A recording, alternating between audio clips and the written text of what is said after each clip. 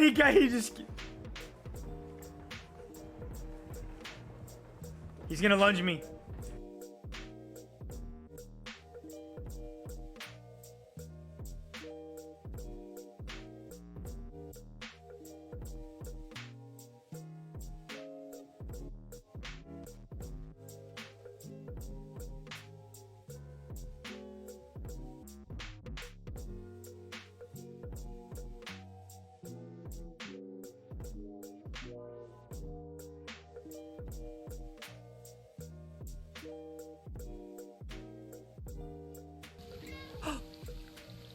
Guys. My buttons don't do anything except for this one.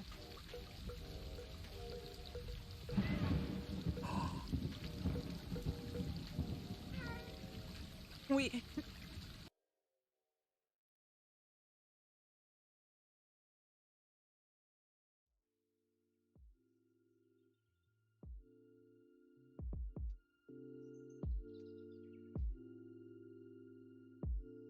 Oh, so when an event occurs, you guys get... Ah! Ah! No! Stop it! Please! Anyone but this one! Stop! No! Fuck! Stop it! Give me control of my mouse! Not a fan! Oh, there's whispering! Please stop! Not a fan! Not like this! Something was knocking!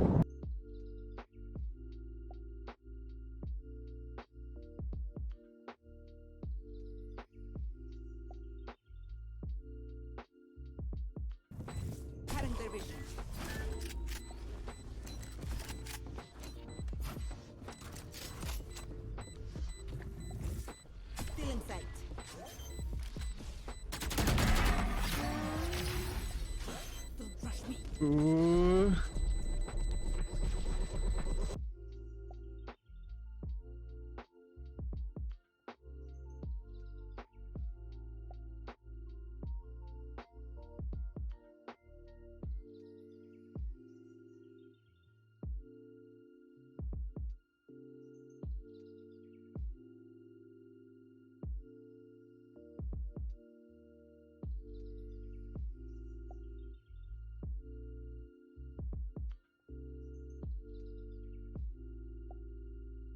Hello, everybody. Hi, Nordic Monkey Spunks. Voodoo. All my favorite people. Inception, I know. I moved everything all around and my computer screens are on opposite sides. And now, yeah, it's just, I don't know. Here, maybe I should move my camera if I'm going to be looking at the screen. Oh, you're gonna... This is not the angle I intended. I want my octopus in there still. How do I make this work? Oh man. I didn't realize it was showing the wrong screen. It's okay. It's alright. You get a beautiful view up my nose. Showing the cluttered side of the setup. Well, yeah. Kinda, yeah. My water and all the stuff. I'll fix it for next stream. I didn't realize it was backwards. Oopsie daisy. It's fine. Everything's fine. Anyway, how was everybody's holidays? Nordic, how was your holiday? Spunks, monkey, voodoo?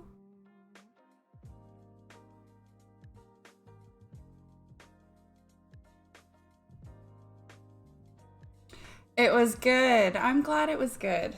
Mine was very busy. So we went back to my hometown for a week to visit family and friends for the holidays. Spend some Christmas love together and New Year's night. It was busy, but it was really nice to be back. There's some stuff for Mental Health Monday that happened over the holidays that I wanted to talk with you all about. So we'll get into it in a minute. I want to hear all of your guys' stuff. All of your stuff. What did you all do? Yeah, Monkey, I know. I know how yours was. Yours was just relaxing. Did you get lots of family time in, Spunks? I'm glad it was relaxing for you. Relaxing and recuperating because you've been so sick for so long. And I did see that you went, I actually just saw this morning when I was turning all of my stuff on that you went live again last night and I fucking missed it again. Oh. Y'all gotta start streaming like throughout the day my time.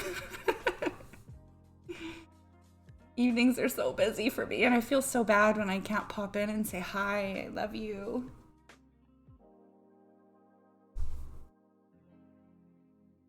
I know it is. I know it is. I still like, I miss you guys though. I just don't have as much time in the evenings as I used to. My holiday was relaxing and celebrated with the fam. Aw, yay. All the family love. I love it. I love it so much.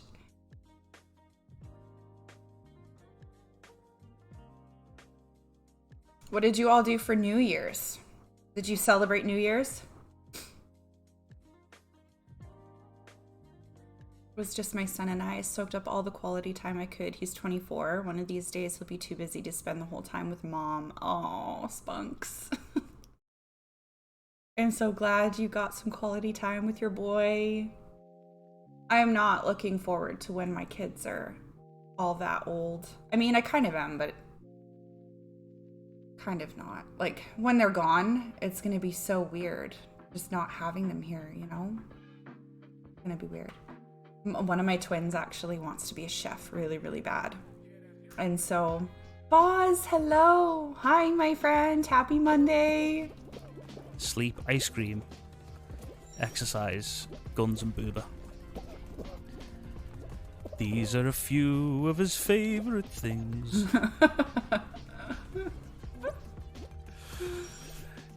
I watched your Bean Boozled TikTok last night, Boz, and I just died the entire time. It was so good. So good. I get joy through your pain.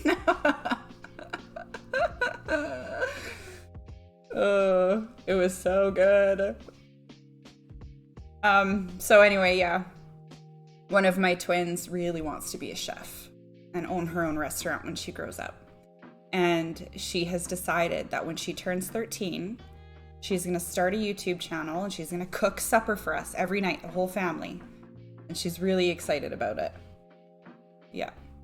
She's got 2 years to go. But I mean, I don't know. Like, maybe I should just have her start cooking dinner for me now. Because if I didn't have to cook anymore, yeah, I'd be real happy about it. She's good too. Like, she helped me make we had meatball subs for supper last night, and she helped me roll the meatballs and mix all the stuff in, and she grated the cheese. I fucking hate grating cheese. Ugh. I need one of those ones that like suction to the countertop and you shove the cheese block in and you just do this. I need that really bad. Child labor for the win. Yeah. I mean, she's getting something out of it. She's getting a home cooked meal out of it. So really, practice early is right. 100%. If I can teach her all the stuff now, then she won't need my help at all. And I'll just be able to sit and drink wine and like maybe watch you guys stream. She can cook for you.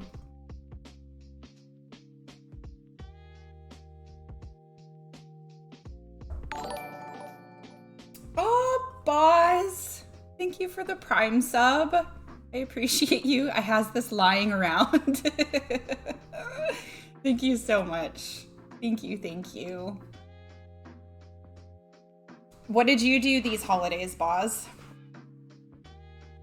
What did you do? How was your New Year's? Did you get lots of family time in? Did your wife spoil you?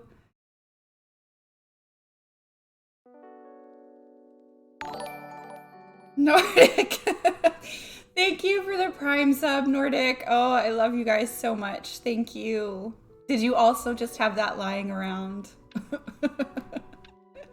I appreciate you guys. Thank you so much.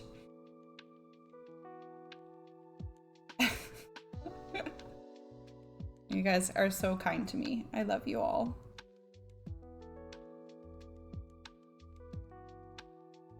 So, some stuff happened. Well, I mean, not like big significant things, but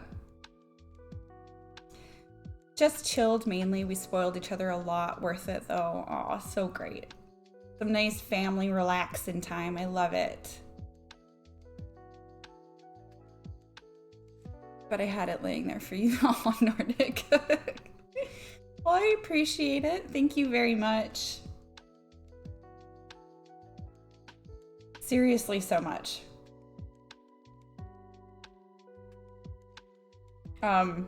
Yeah, so nothing significant happened over the holidays, but with being in my hometown and moving so far away, it's really weird to go home sometimes and spend that quality time with the family, especially when you don't have a really great relationship with them.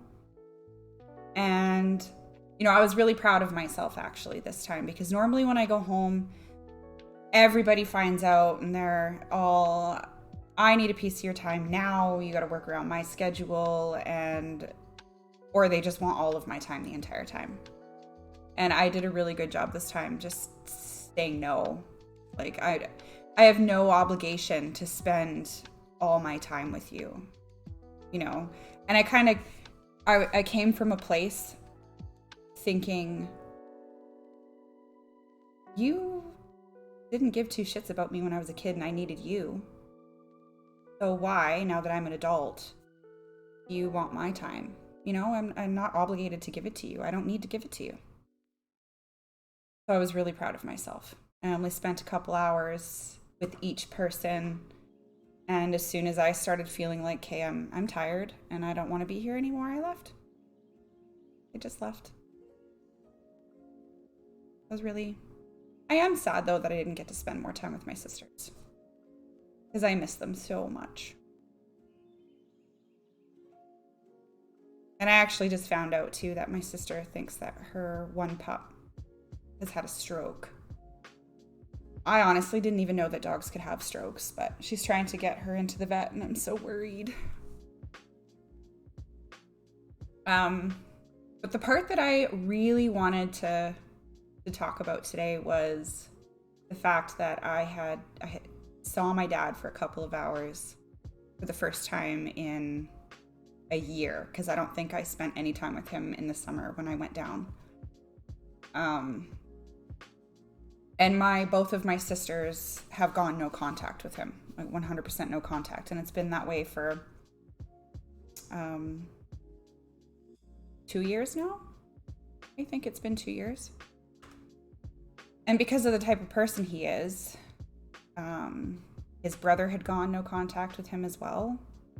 And he only has one friend, and he's had this friend for like 20 years or something. It's been a really long time. So he's been very lonely, and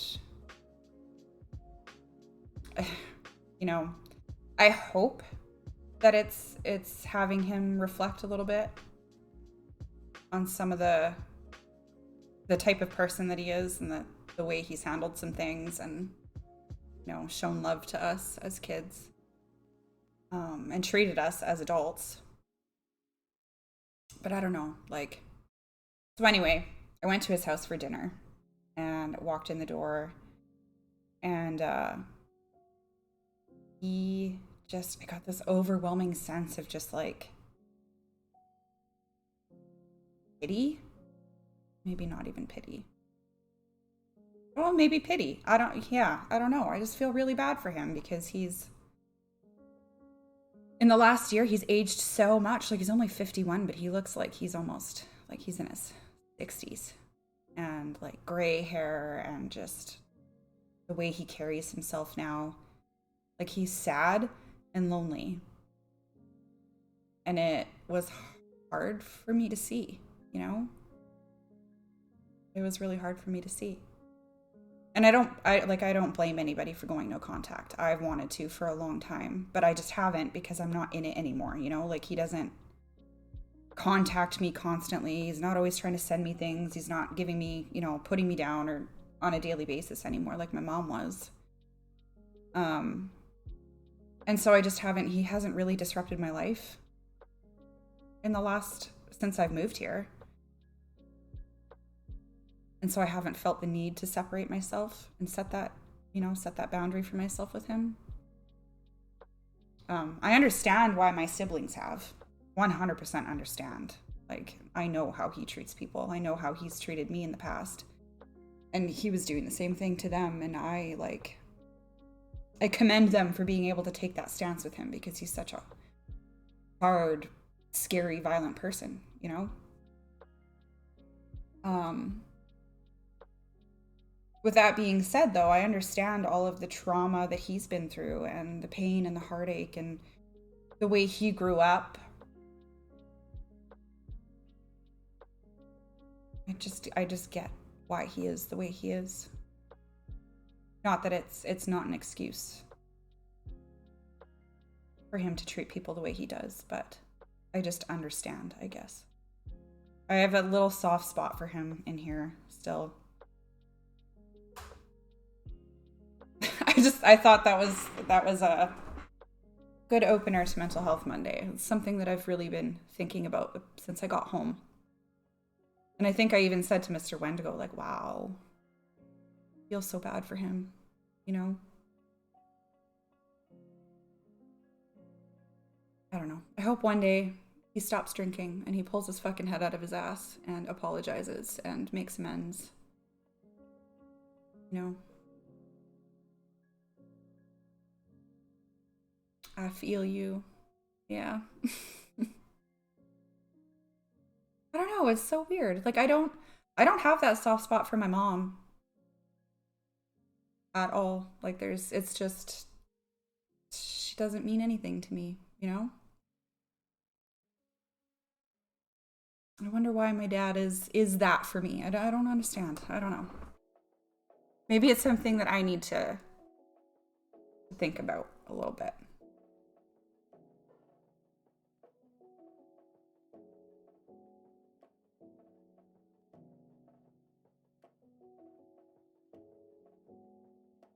My dad didn't mean shit to me. Yeah, Monkey. Well, I can understand why from all of the stuff that you've said. There's some really painful things in your past with him. It's kind of the same feeling that I get with my mom, you know, like just whatever.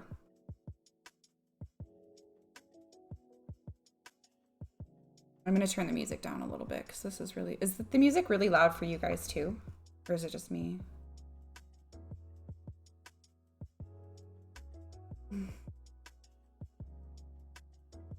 Your heart has a feeling for giving him a chance, I guess.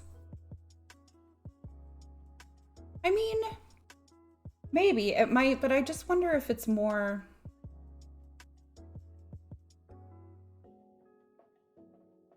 It's fine. It's not. Okay, good. I just wonder if it's more like acceptance of who he is and the fact that I'm not in it every day anymore, you know? And he tends to be a little more reserved when I'm home now, I think, especially because my two sisters have gone no contact. He doesn't want that to happen with me.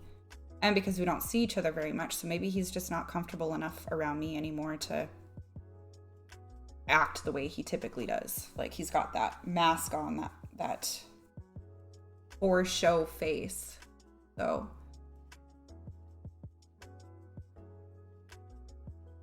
yeah, I don't know.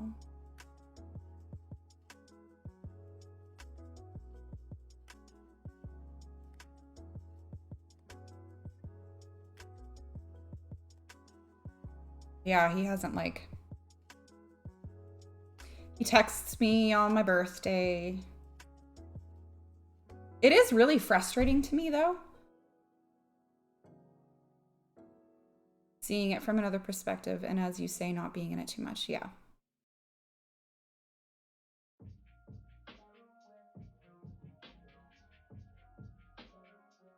Hey, Shorzy.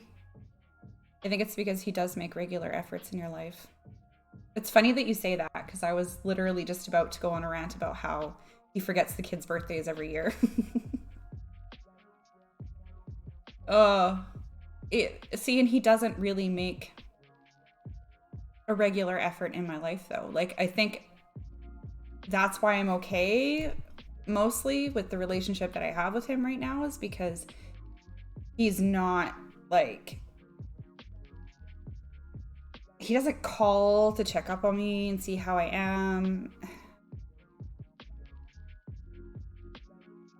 And when I'm in town, like when I'm in town, he makes the effort.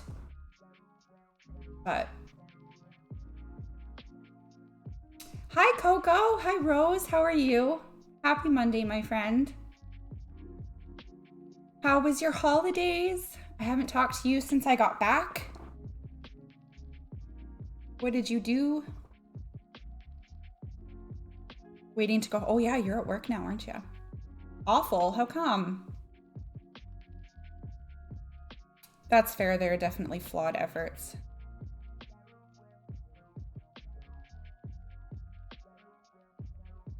Had the flu and learned. Oh my goodness, Rose. Are you feeling better? Yikes. I'm back. I was looking like a caveman after my bath. Needed to tend to myself, boss. Oh. Not 100% better. I hope you're recovering. Finished, just waiting for Mama. Joker, hi. Happy Monday. Hello, hello. How's it going? How was your weekend?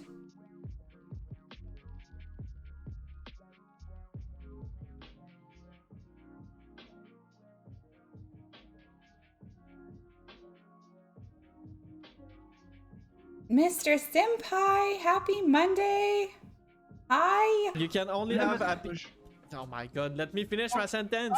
No, because I'm finishing my ejaculation. Jesus. Okay, carry on. What you were saying? Don't run away from me, young man. Interesting. Well, welcome to Mental Health Monday. There's Mr. Senpai and his buddy having a little bit too much fun. Weekend was okay. I'm traveling for work, so I'm extremely stressed out right now. Oh boy. Away from the fam.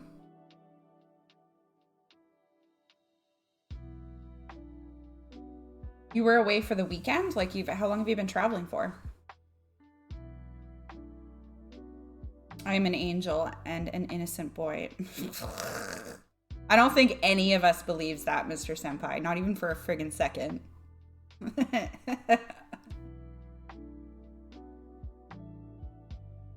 Sorry to burst your bubble, my friend.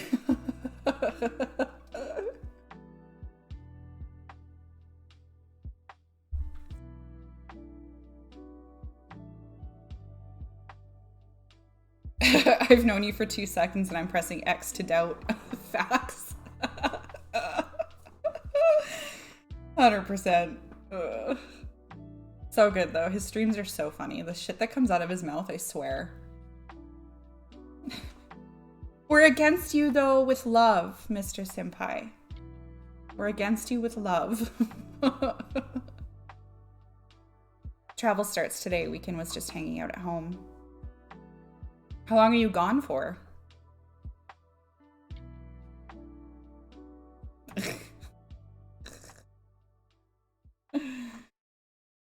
Oh boy. Till Friday. 5 days. That's gonna be hard, hey? Like, what kind of stuff are you doing? Super stressful stuff, or is it kind of like a more laid back work trip? If that's even a thing. I don't know.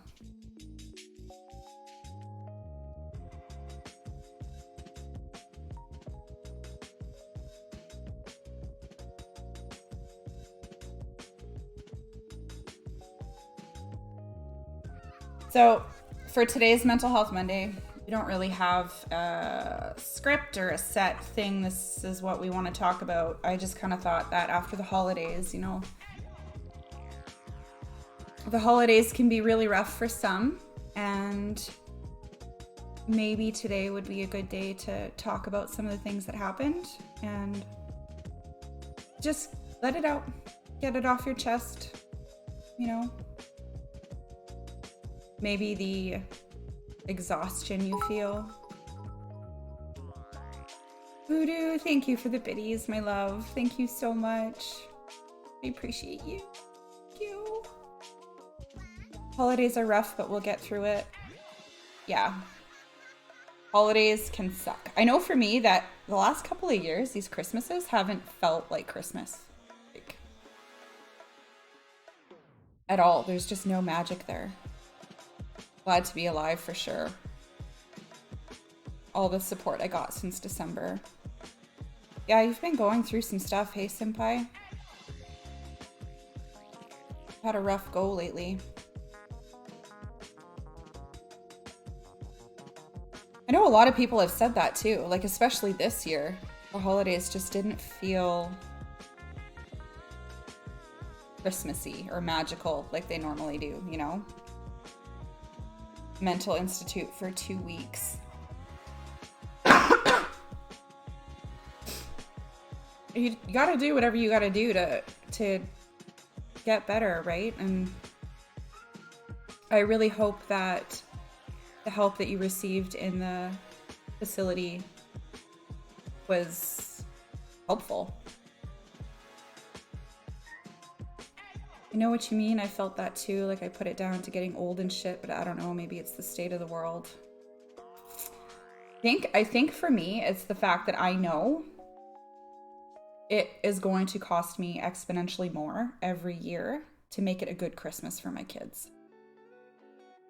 Like just, I feel like I've been bitching about this for the past month, but we got half as much stuff this year for our kids and spent twice as much. Like, kind of just makes me want to scream. Now I got pills and stuff. Good, I'm glad. I hope they're helping you feel more content, Mr. Senpai.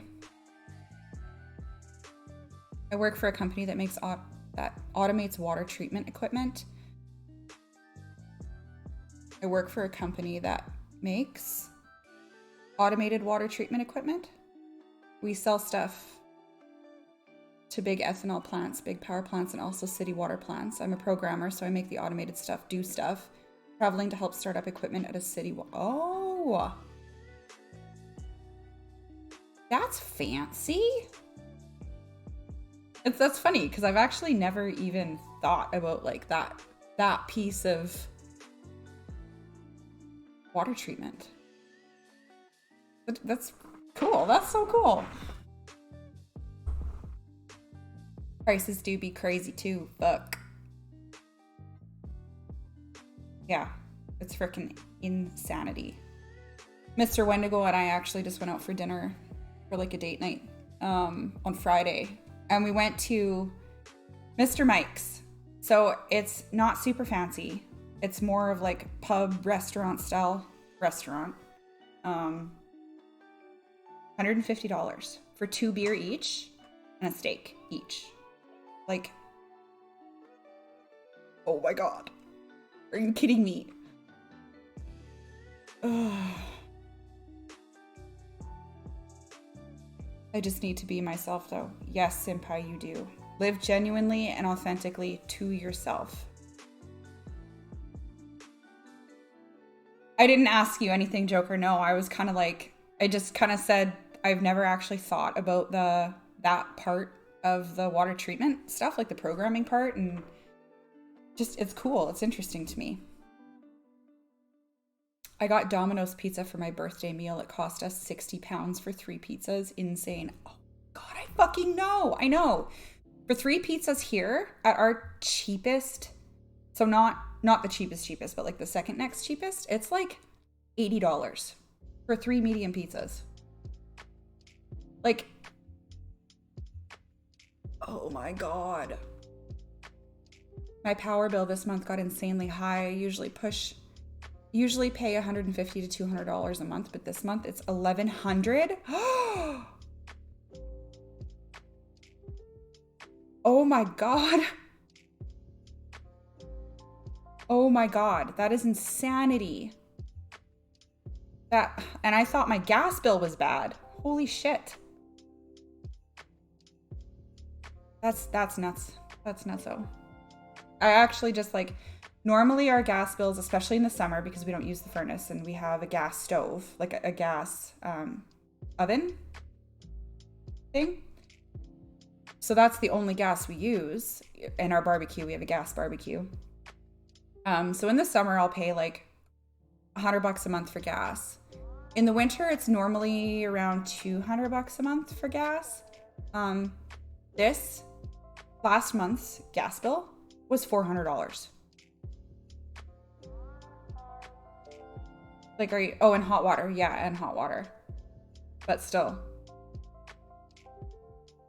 Like, our water tank heats off of gas. But still, $400 for a fucking gas bill. And that's not even the electricity bill or the water bill.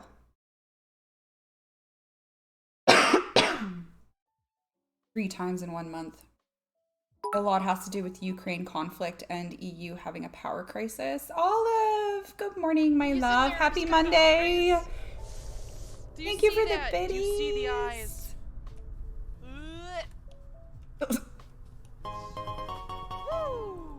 Oh God! My shadow scared me.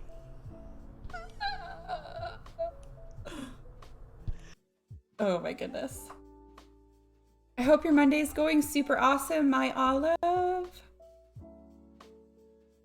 I'm tired of it, to be honest. Grocery bills come to near 200 pounds. Bills are high, fuel is high. My phone broke a few days ago. Phones are just way too expensive. I had to buy a second-hand phone, which is something I've never had to do in the past. Yep. It's insanity. Fucking insanity. Like, I just went and spent $230 on groceries yesterday to get like $100 of stuff. I don't understand what people are supposed to do. I don't get it. It's busy as fuck, but good. I'm so glad. Tomorrow I have a meeting about my business. I've made 300 pounds in 3 months. I've been living off of savings and stuff, but it's nuts. And I just know they're going to be mad I've not made enough. Like, bruh, no one has money.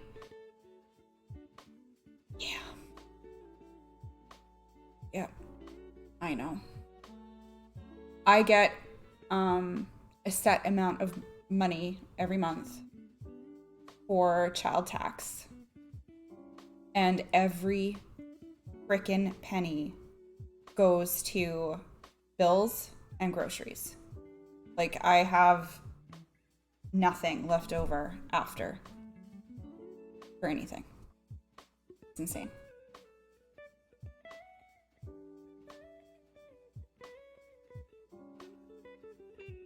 Thank you for the hydrate, my Olive.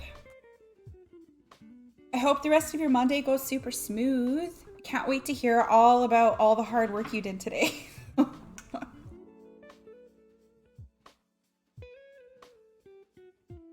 I actually watched something. The government believes we can prep for this kind of stuff, but most live on the edge every paycheck, so having everything getting so pricey is hard as fuck. Yeah. Like, when we moved into the house that we're living in now 3 years ago. Yeah, it would be 3 years ago. I could afford and still have $100, $200 left after. You know, like, not a whole lot, but everything was paid. And then there was $100 to $200 left over after everything was paid every month. And now it's like I'm going $100 to $200 in debt every month just to pay my fucking bills.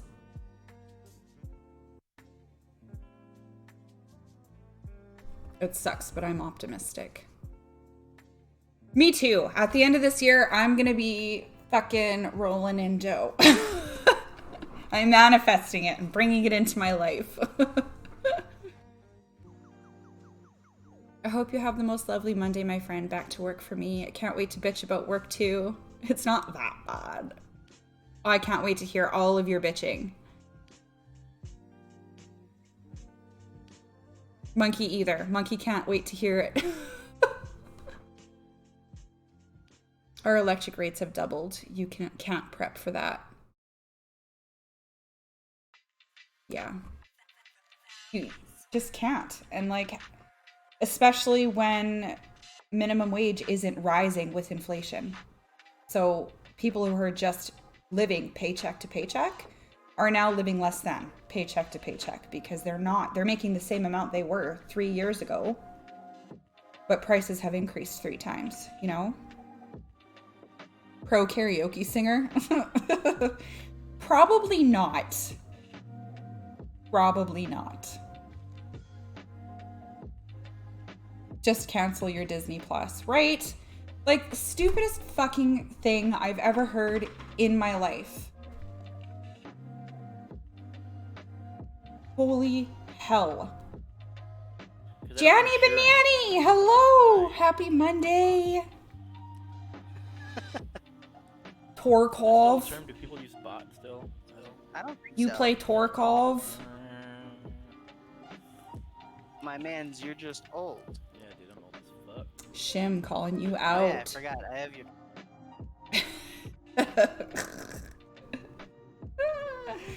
Janny Banani, you're just old.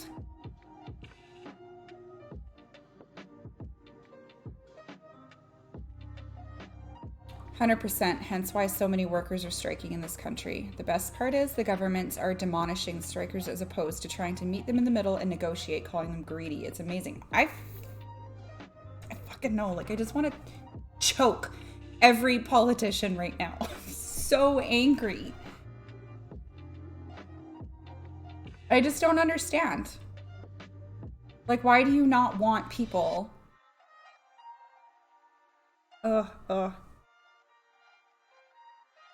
Today is an angry day. I'm angry today.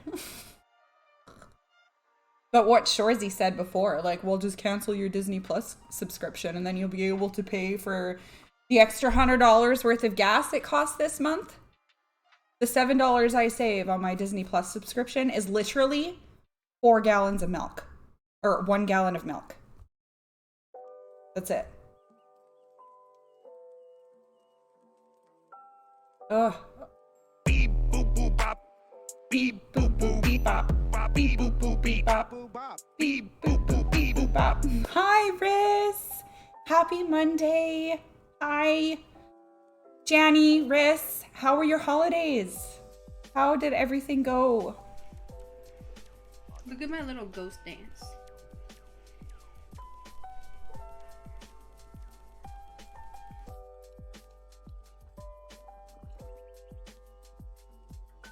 We should be poor, cold, and bored. Yeah. Because that'll make our lives so much easier, right? We'll thrive in that environment. 1 liter of milk costs like $1.50. Now it was 70 cents before. A liter of milk here. So what do we? It's $6 at the grocery store for 1 gallon, which is 4 liters, right? 1 gallon is 4 liters. So $6 divided by 4. Eventful. We had a pipe burst on Christmas and water came through the ceiling, but other than, oh my god. Oh, that sucks so bad, Riss. I hope I didn't wreck anything.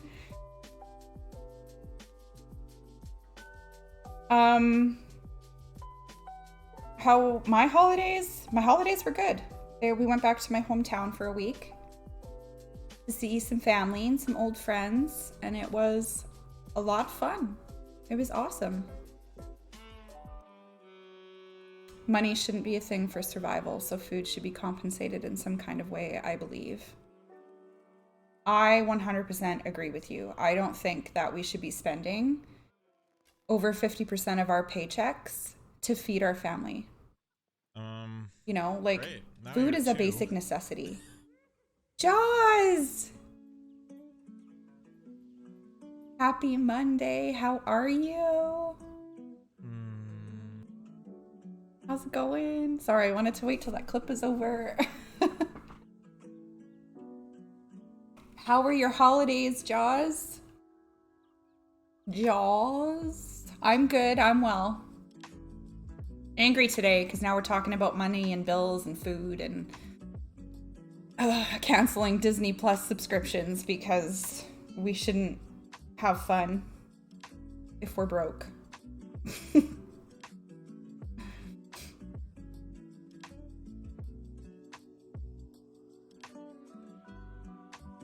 Yes, Joker, of course you can ask a question. Cancelled mine too, monkey. So now you can have that one extra cup of coffee, right? They were good, but we all took turns being sick. But we made... Oh no. A lot of people were sick this year for Christmas. We actually, when we were down at our hometown, we have... Mr. Wendigo has a best friend that, like, he's known for 17 years, 16 years maybe. It's been a really long time. And we all kind of like just, I don't know, they're like our family to us now, right? And so every time we go down, we normally stay with them. But this time we ended up staying somewhere else. So we didn't get to see them. I didn't get to see them at all. Mr. Wendigo only got to see them for a couple of hours one day, I think, because they ended up super, super sick and couldn't make it out to see us for New Year's, which is really sad. But yeah, a lot of people, my grandma was sick. I hope you guys are all feeling better though. Have you all recovered, Jaws? What is it called when a person doubts their friends and family wants, loves them? Is there a term for this? What is it called when a person doubts their friends and family's love for them? I would call this insecurity. I'm feeling insecure in my relationships. And that could be for a multitude of reasons. It could just really be a perspective that you're holding and a projection that you're holding within yourself. But maybe it could be something that this family or friend is doing that has you feeling insecure about the relationship or unsafe in the relationship. Yeah, recovered, some stuff lingering, but for the most part, we are healthy again. That's good to hear, Jaws. That's so good to hear.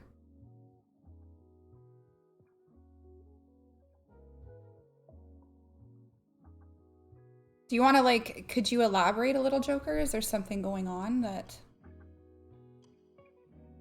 has you feeling that way? And also, do you think that the term insecure or unsafe kind of fits how you're feeling about it?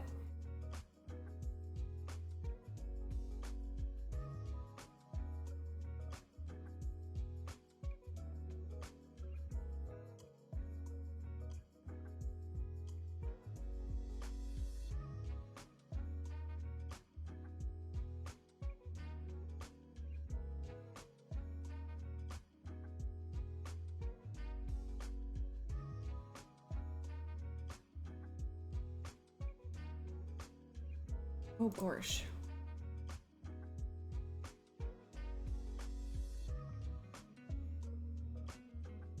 Also, Voodoo, are you here still?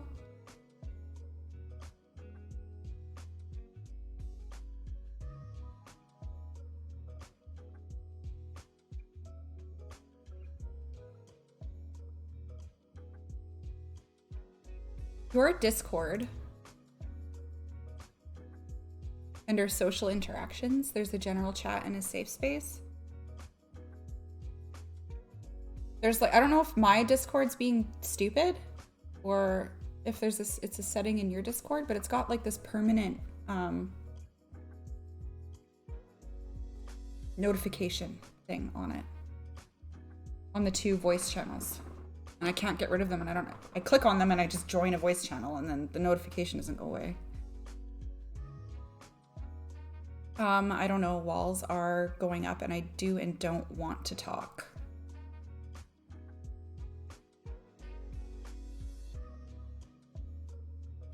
Are these people, like, are these relationships important to you with these people?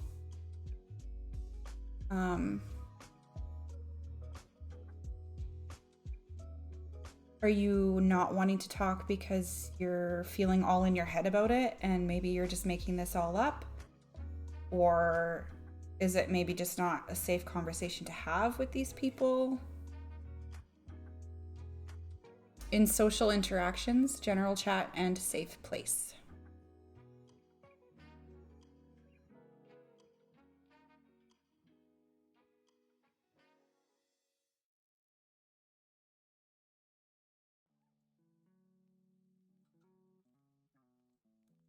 Were you tagged in the text part of the VC? I've had that before. It stays there till you view the text port.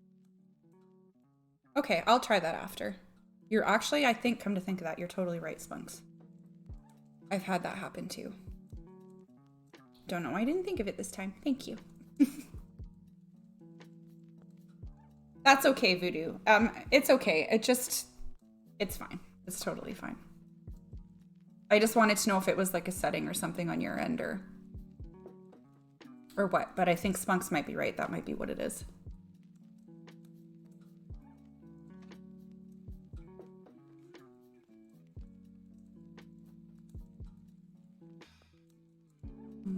Extremely important. I'm feeling like I'm in my head, but I've always felt this way, been unwanted by people and friends. So it's hard to tell if it's real or just in my head.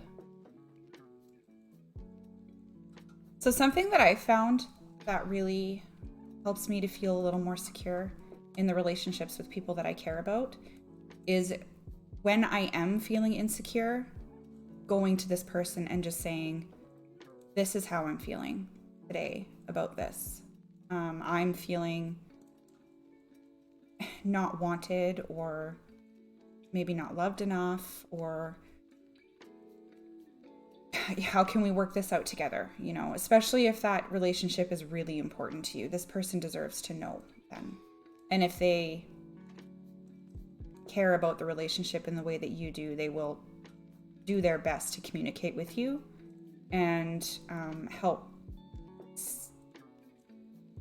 you move past the insecurity, in my opinion. That's something that I've really, really had to learn because I struggled with being insecure in my relationships, like all of them, all the time. I just felt like I was a bad person. I wasn't deserving of their love. I wasn't, maybe he's cheating on me, and like just in my head about all of this stuff and making myself insecure. And so I've learned that when I'm feeling that way, just to tell this person that this is how I'm feeling. Maybe today I just need a little more love, Maybe today I just need a little more reassurance.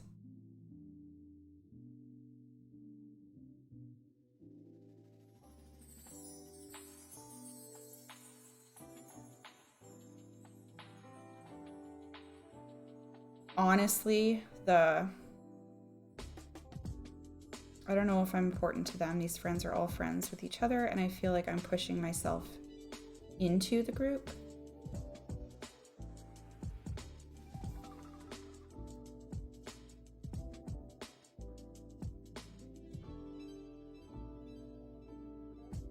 So you feel like you're imposing your friendship onto these people? Like they don't really want to be friends with you, but you're like forcing yourself in there?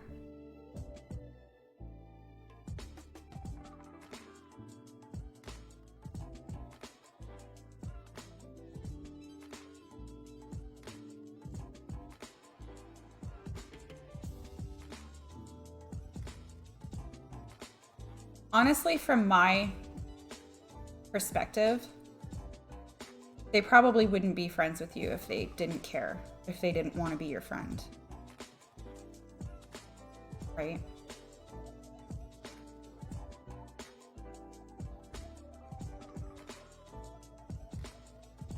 Yeah, I honestly would just talk to them. Let them know this is how I'm feeling.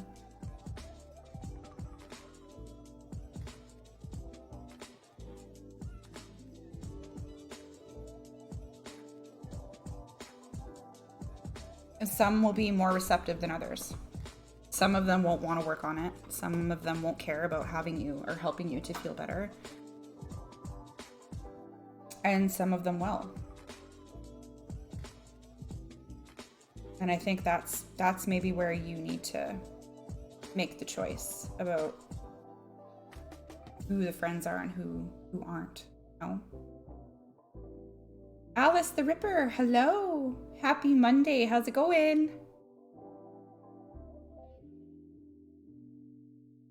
How was your holidays?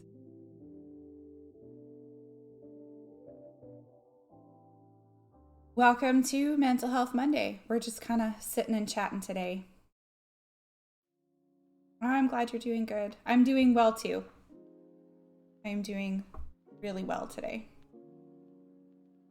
Normally we have a little bit more structure for Mental Health Mondays, and I come in with like, this is what we're going to talk about, and these are the subjects, and let's learn some things, let's support each other. But today I thought that it would be important for us to just sit and chill and talk about our holidays, because I know that sometimes the holidays can be really difficult for people and exhausting, and so that's what we're doing today. I love being here, sitting and reflecting on everything and nothing. It's good for the nogger. I love that you love being here. I love that you guys are all here with me. I love it so much.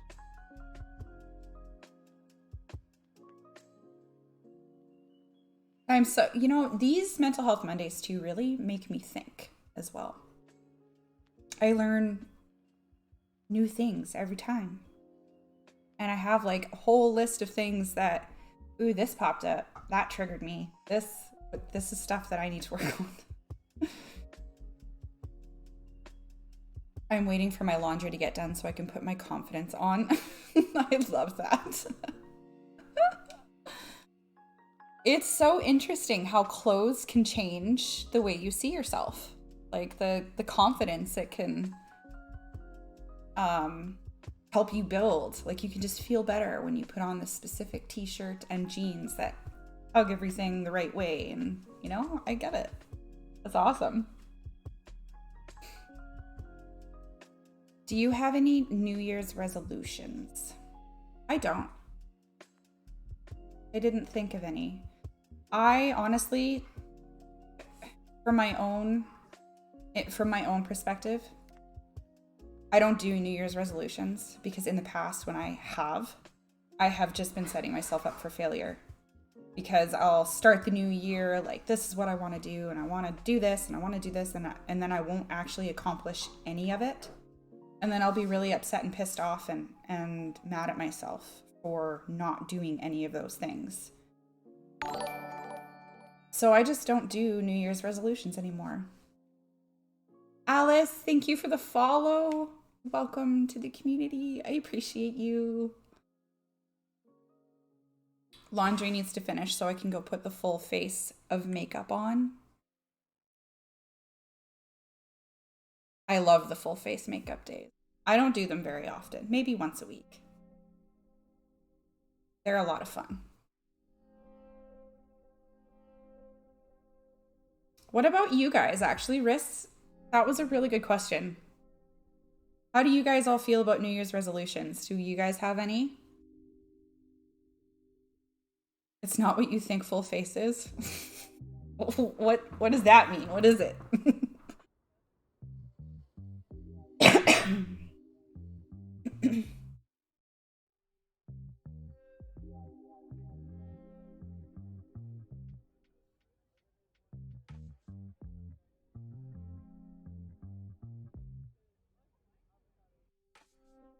No resolution at all. Just do stuff that makes me happy, I guess.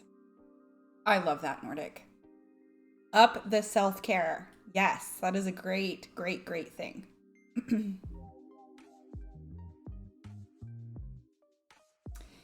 If you don't mind, look up Papa Emeritus 3. That's what I'm doing. Just Google it. Papa Emeritus.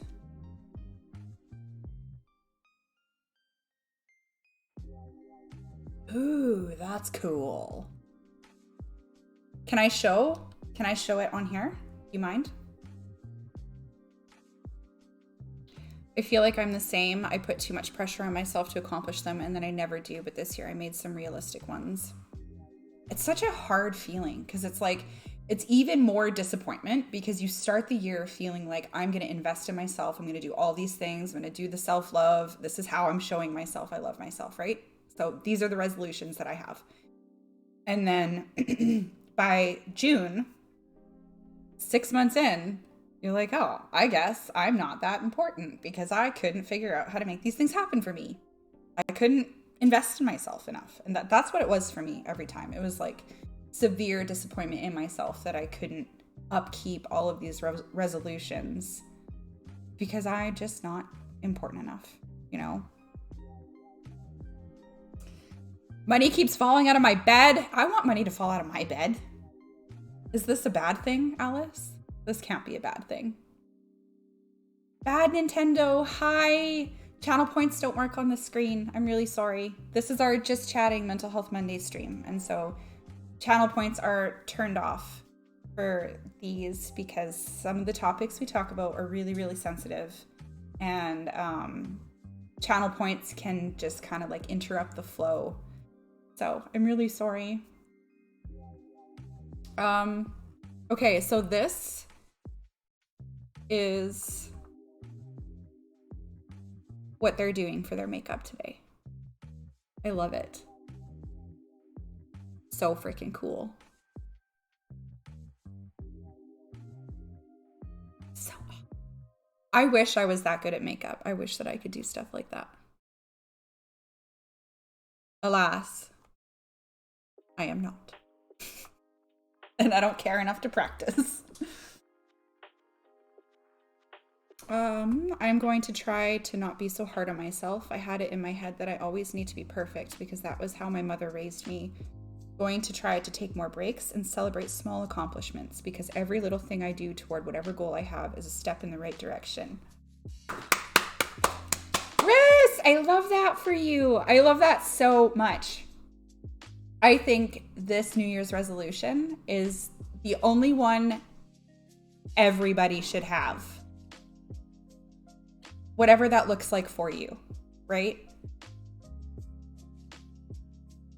I love that. I love that so much. I'm so happy for you.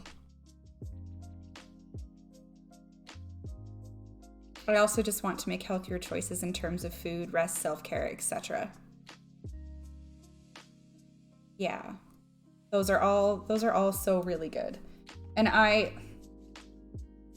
just need to stress so much though that like be gentle with yourself. Just be so gentle with yourself. Whatever New Year's resolution you make, be gentle with yourself. Like try to make small obtainable ones because those small obtainable goals build momentum towards the bigger goals. They can give you the motivation to do the big things. That's the key phrase for this year. Be gentle with yourself. Yes, I love that. That is something that I have done these last 2 years. Just, I'm taking my fucking time with absolutely everything. If I don't feel like getting out of bed that day, I am not getting out of bed that day. If I don't feel like mopping the floor or picking up the toys or throwing the garbage in the garbage can, I'm not doing it. Because I was raised that your house needs to be 100% spotless all the time. Like the amount of times my mom would wash the floor in a week is the amount of times I wash my floor in a year. Because I just I don't care. I'm not going to I actually saw a really great analogy last night. just scrolling through TikTok, of course. It's a TikTok analogy. But it's a spoon analogy on the amount of energy you have and the amount of, you know, mental illness or physical illness or the things that are happening in your life, right? And every day, the amount of energy you spend on everything is different.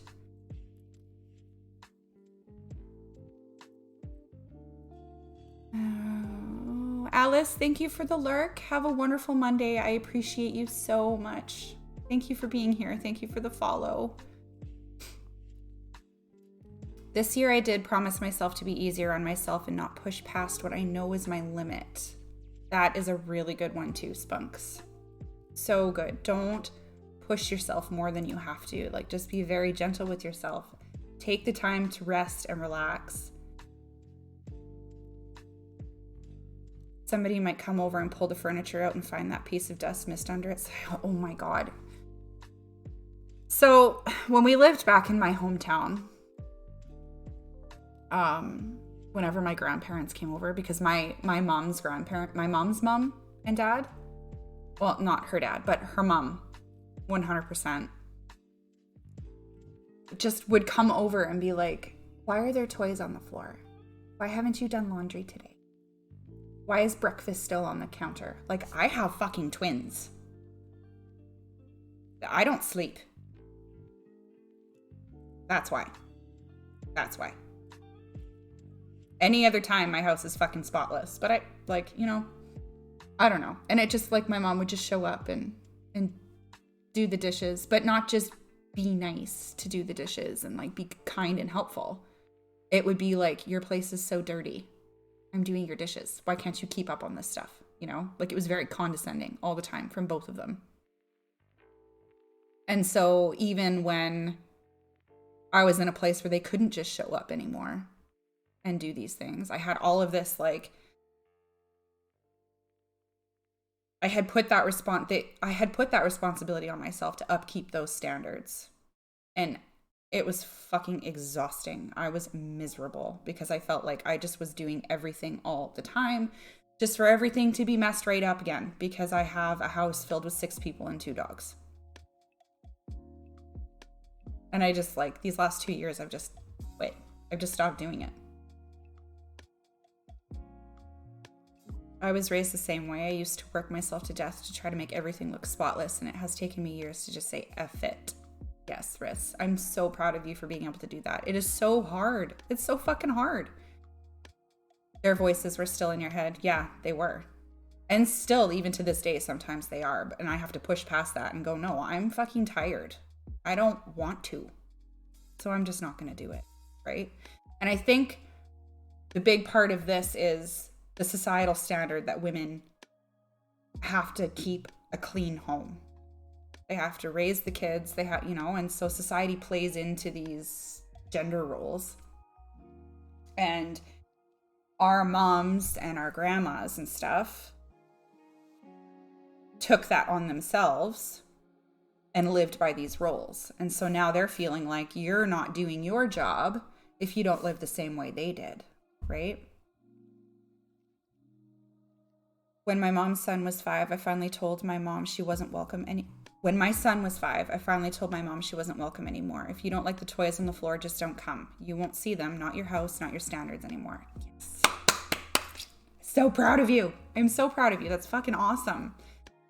It took me up until the last 2 years for me to figure this out.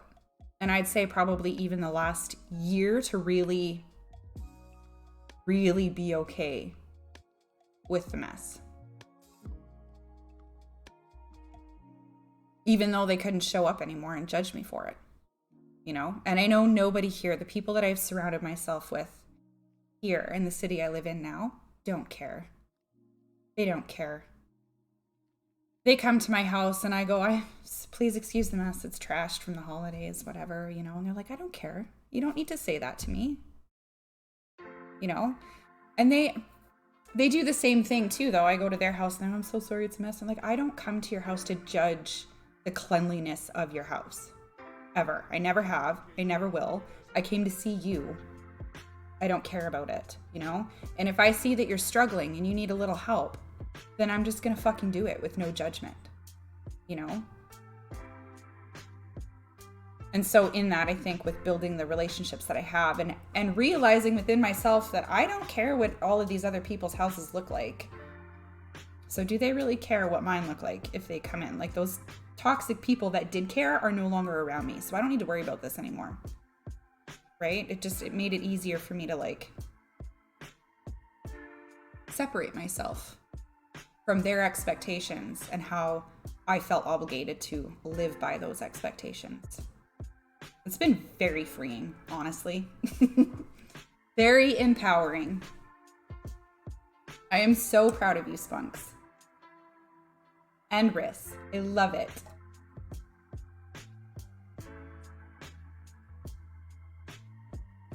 When you're raised that way, what a revelation to realize that most of us could give two shits about stuff like that. Yeah. Yeah. It's so, like, to feel that way in the first place feels very oppressive. And so when you finally realize, like, the light bulb goes off and goes, you know, this stuff really doesn't fucking matter. It's like the weight of the world just kind of gets lifted off your shoulders and you can just breathe, right? White, I'm feeling very called. Why, monkey? Why are you feeling called out? Please explain. I moved continents and still struggle with my mom trying to control my life, but working on breaking free of that and just trying to heal. It is very hard though. It is so hard, Riss. I totally understand. I mean, not the moving continents part. But even moving, I've moved 11 hours away from my hometown. Blood! Hi, happy Monday. Welcome in. How's it going? What was I saying? Yeah, so I didn't move continents, but I did move like 11 hours away. And it is insane to me just how many things, even though those people aren't in your life every single day, breathing down your neck anymore,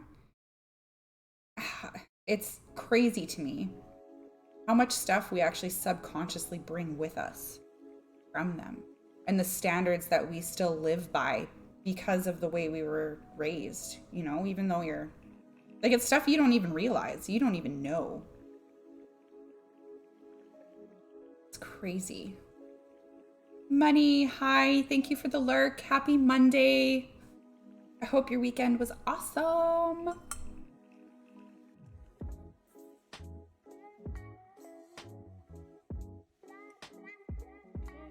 How is she, like, does she call you all the time? And she's like constantly down your neck that way?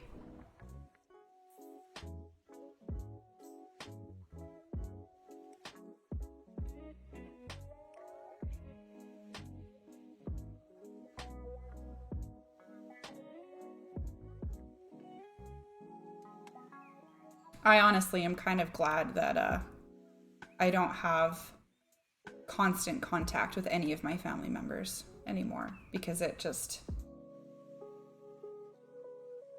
was helping me perpetuate all of the stuff that I was taught to live by, you know?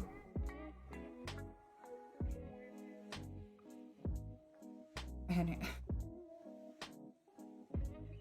it's funny too now though that when I do actually talk to them and they say something that I don't agree with anymore, they just go, no, you're wrong. I don't feel that way anymore. I mean, it's okay for there to be dishes in the sink because I don't want to do them. I'm allowed to go have a bath instead. Or I'm allowed to do a puzzle on the floor with my son instead. You know?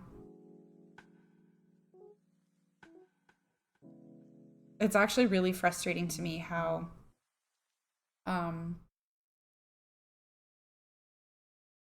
the older generations feel about what's important in raising children. You know?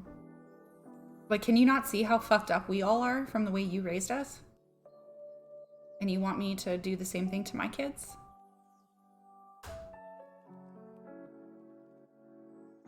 I don't know. Rant over. I'm done ranting. Sorry, guys.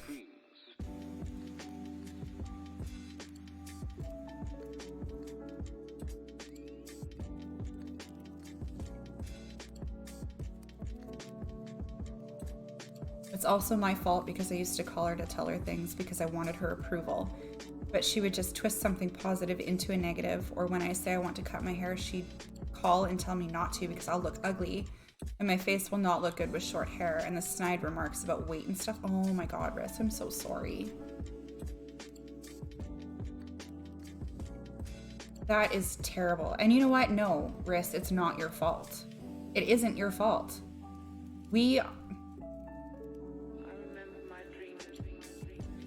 Even as adults, we want that relationship with our parents.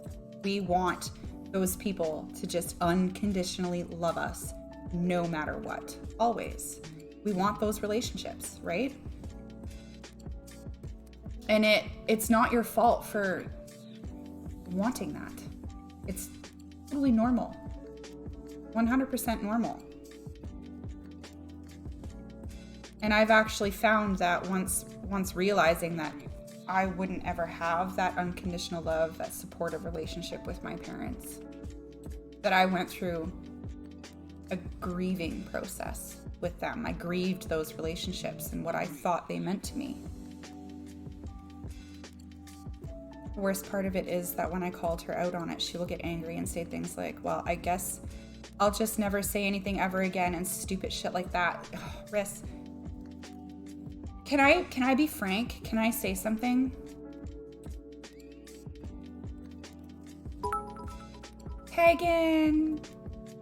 Hi, my love. Happy Monday. Thank you for the biddies. One picture related to an earlier topic.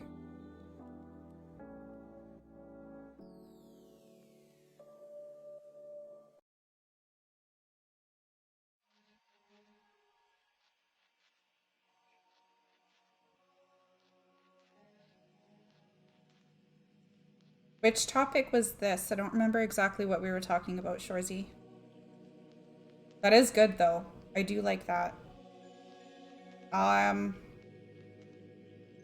gonna share this to my Discord, and then we'll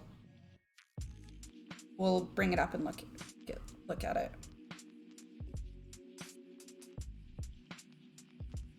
Because that is good. That's a good point. Dealing with people's judgment. Oh, okay. So, Riss, thank you for allowing me to be frank. I feel like she's gaslighting you because you don't agree with her perspective. Thank you, Pagan, for the lurk. I hope your Monday goes as smoothly as frickin' possible. Because you are beautiful and kind. And you deserve a smooth Monday. Easier to show. Oh, thank you, Shorzy.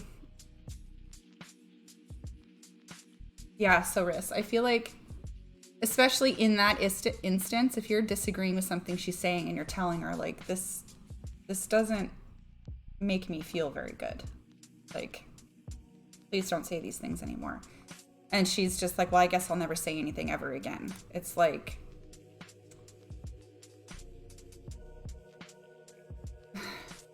it has taken me years to start to realize that what she's doing is not okay. Yeah. I mean, like, if somebody is telling you that what you're doing or what you're saying is hurting them,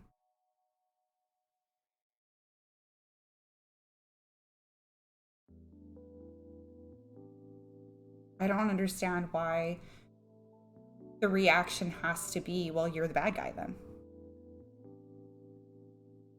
I didn't do anything wrong. You're the bad guy. Like, well, no, you're hurting me. Right? Why can't we just operate with a little bit more empathy and try to understand this other person's perspective instead of just getting all defensive and in our egos and feeling unsafe and telling them that they're the ones that are wrong, you know?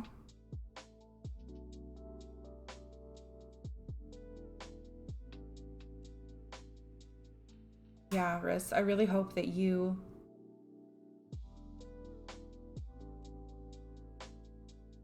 can stay strong in setting a boundary with her and letting her know that this treatment's not okay.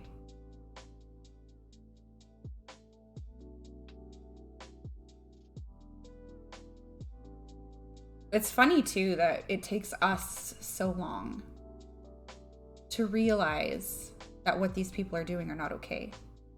You know, like, you'd think that we'd catch on sooner with the way it has us feeling after. You know? But I guess if we're not taught emotional intelligence, and we're not taught that it's okay to set boundaries and tell people that it's not okay to treat us like that, then it makes sense that we would just kind of stay stuck, excuse me, in this little... I got dust flying in my face. In this area of where we're accepting of their behavior to us. I am so proud of you, Riss. Keep trying. Put yourself first in this situation. Do what you need to do to feel good inside. Because if this person really doesn't care about how they're making you feel, like how you're feeling because of their actions or their words,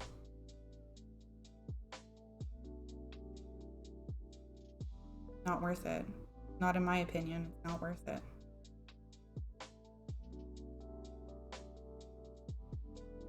Good job. Set that boundary, baby.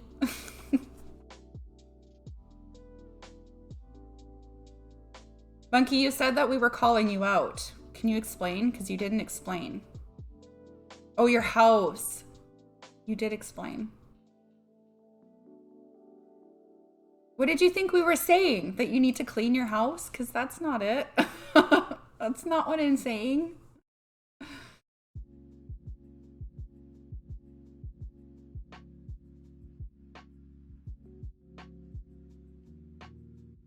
I do know for me, though, that I have noticed, and I haven't quite untied it all and figured out exactly where it's all coming from, but I have noticed that the messier my space is, the more anxious I am, I would say. Like, I'm just not comfortable. I'm uncomfortable and stressed out. That reminds me, we need to clean our house.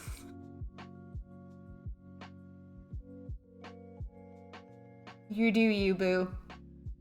You need to clean your house, you need to clean your house. But that's not me telling you, you need to clean your house. I don't care what your house looks like.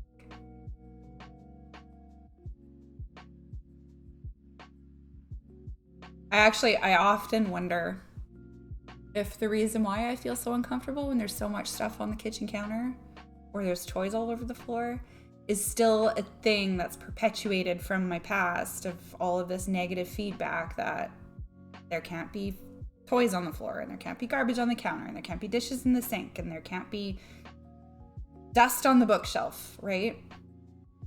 Or if it is like I just genuinely enjoy having a clean and tidy space. I don't know. I haven't made it that far yet. I'm still in the phase of, I don't want to do it, so I'm not going to do it. This time. It's just going to stay there. Until somebody else is uncomfortable with it, and then they can pick it up. Because it's not my fucking mess anyway.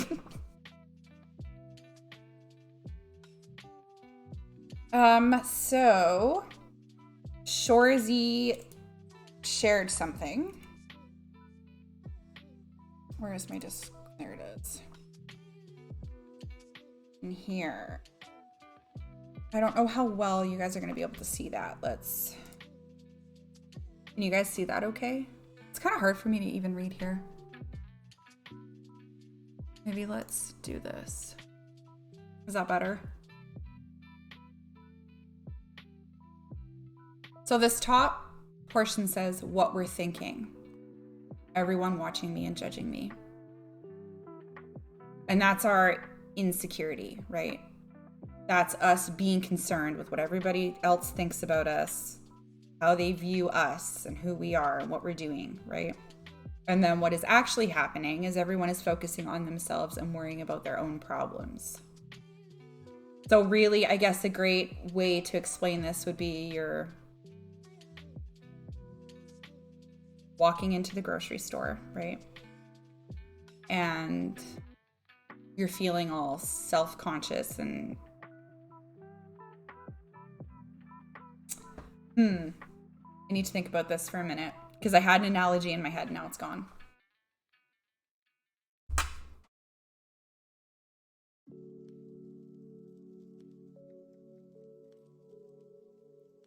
Okay, so for me, something that I used to be really self-conscious about was going into the grocery store and buying like tampons and pads and stuff. Even being a female and having to do it every single month, I was so embarrassed about it that I would like detour around the grocery store, pick up some fruits and veggies and stuff, and go all the way to the other side of the grocery store, grab my feminine hygiene products and hide them in the food I had just bought so nobody would see them. And then I would go all the way back to the other side of the grocery store and continue through the aisles and shopping, right? Like I would purposefully try to hide this stuff because I was so embarrassed about it. And the reason why I was embarrassed about it is because I thought that everybody would see me buying these things and be like, oh, she's on her period, she's emotional, she's stay out of her way, you know, like just super judgy about the fact that I'm buying pads and tampons. When in reality, so I was in this top portion here, like in the purple part, that's what I was doing, buying these products. When in reality, what's happening is this down here. Nobody cares. Nobody sees that I'm buying pads and tampons. And even if they do see, they're not judging me for it. And if they are, then they're a shitty human and their opinion doesn't matter. Right? But majority of people don't care that I'm buying pads and tampons. They're worried about their own shit. They're worried about how much money they're about to spend at the grocery store. They're worried about whether or not they can afford this $8 bag of apples.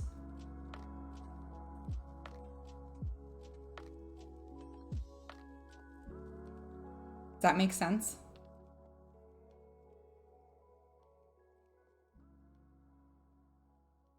I had a really good, like I first saw this and I had another really good, like, this is something else that I used to do too. And now it's just gone. I went on a rant again. If you're hungry, monkey, go get food. Sustenance. Fill your belly.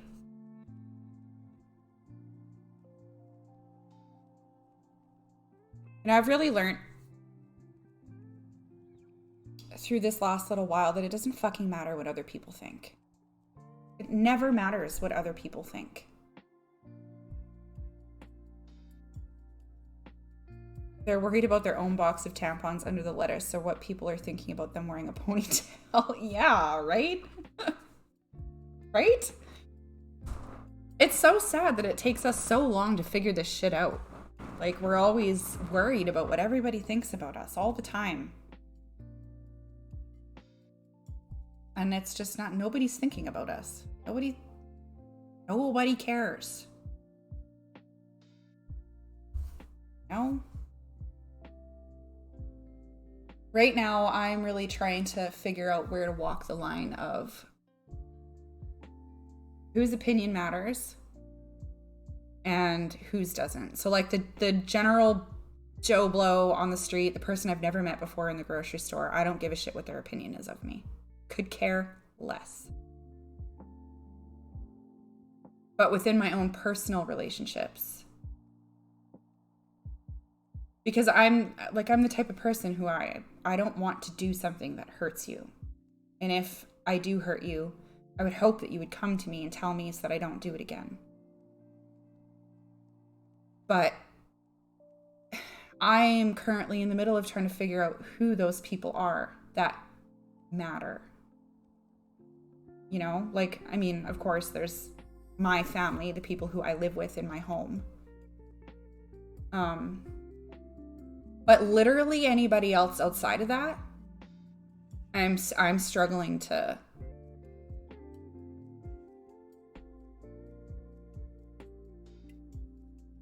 define those relationships. I feel like I'm also walking that line. Yeah.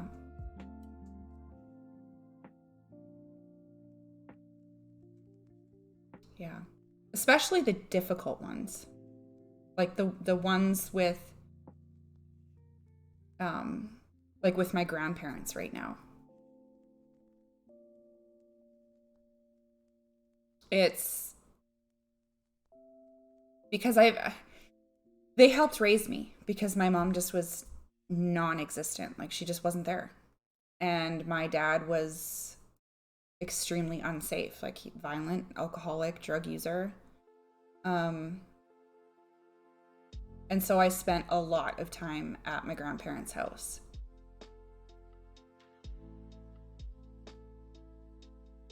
And also thinking about it, this makes sense why it was so hard for me to unravel the whole, like, this is how you live your life thing. This is how your house should be kept and how you should raise your kids. It's like light bulb moment, right?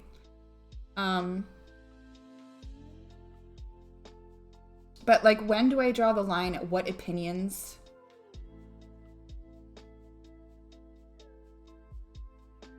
should matter to me? Like, are they coming from a place of love and caring, or are they coming from just this whole perpetual society thing that we've all been playing into our entire lives? You know? Yeah, I don't know. It's interesting to think about.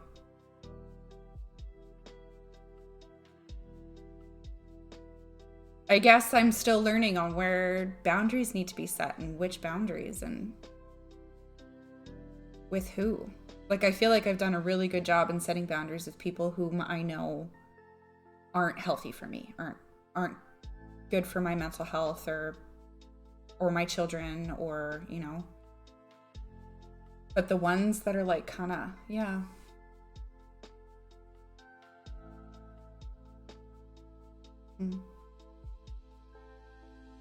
I feel like I'm going to be learning how to set boundaries my entire life.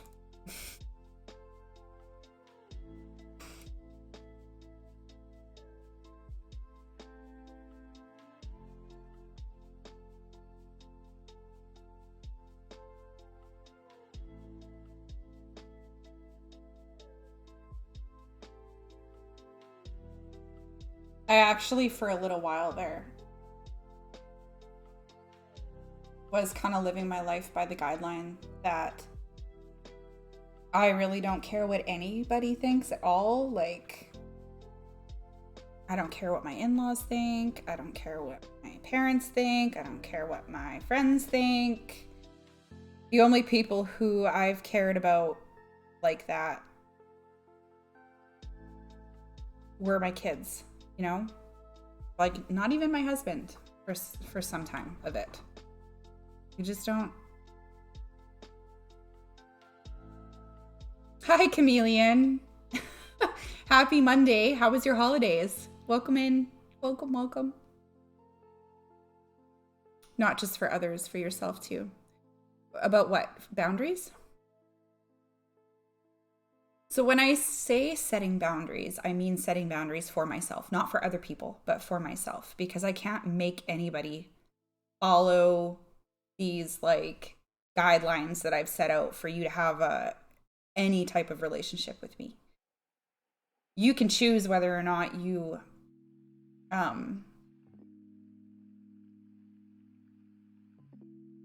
you can choose whether or not you cross these boundaries or what have you, but these boundaries are for me to follow. So when I say I'm setting boundaries, I mean that I'm setting boundaries within myself to know that if this person crosses this boundary, it's time for me to let go, right? It's time for me to not accept that and let go. It's not for the other person. I'm an atheist, so the holidays were mostly inconvenient.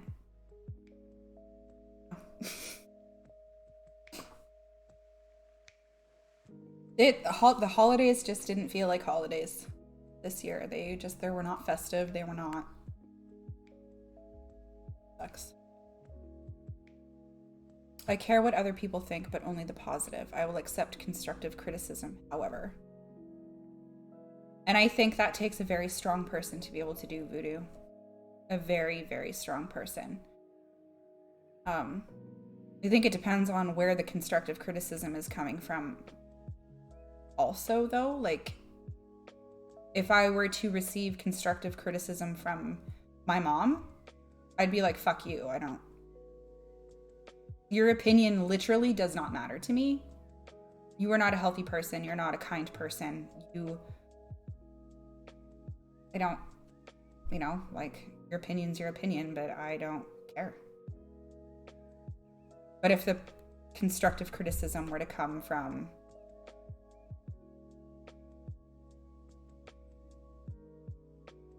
great timing commercials, grr.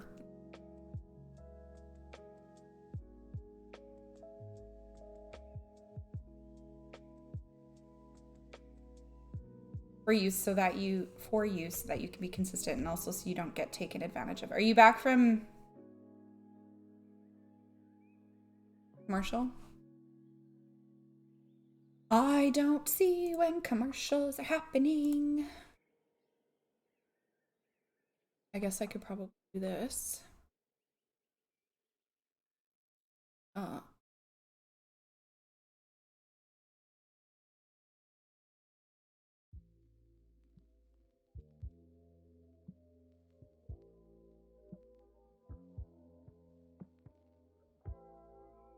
Okay.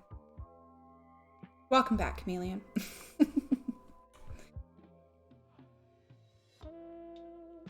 For you so that you can be consistent. So you're talking about the boundaries are for you so that you can be consistent, and also so you don't get taken advantage.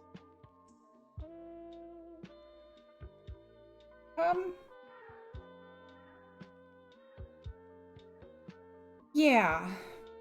So I typically tend to set boundaries after I've realized this person enjoys taking advantage of me, or this person doesn't have my best interest at heart. Or this person is just a mean fucking person. So I set boundaries within myself to keep those things from happening in the future, because I deserve better. I deserve to be surrounded by people who love me, who don't take advantage of me, who have my best interest at heart.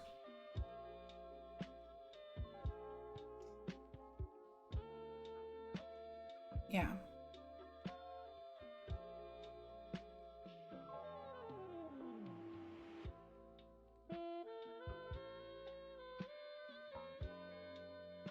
I love you too, monkey. I love you too.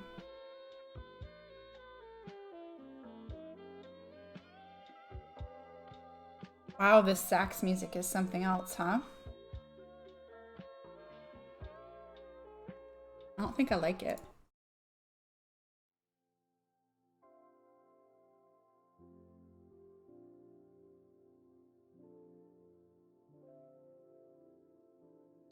So we actually got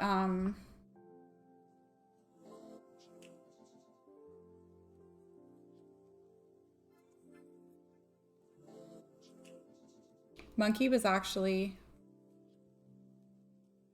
feels like a jazz lounge. It does, doesn't it? Definitely does. I was trying to just play something like kind of low key, calming, not the typical EDM that we listen to. Try and set the mood for some deep, genuine conversation. But the jazz just wasn't doing it for me. Oh, also, that reminds me. Did we watch that movie that Phil recommended last Mental Health Monday? Ooh, foot cramp.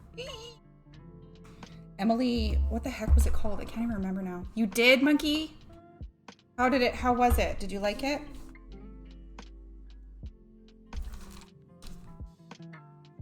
Emily the Criminal. Emily the Criminal, yeah. It was good. Is Monkey the only one that watched it? Because I didn't watch it. I haven't watched it yet. I've been too afraid. Phil gave us the disclaimer, trigger warning, and I was like, I promise I will make sure I watch it for the next time he's on here with us.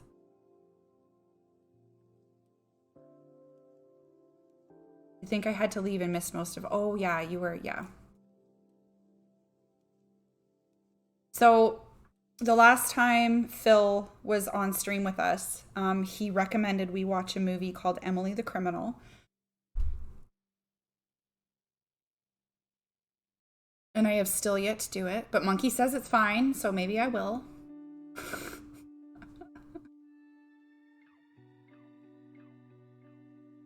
I don't know the next time that he's going to be. I'm actually going to message him after stream today and kind of catch up and see what's going on, because we haven't talked at all since like a week after our last Mental Health Monday. See if he wants to maybe join us for next week. And then we can talk about the movie. Then we have another recording also that he's done for me that I would like to listen to and talk about.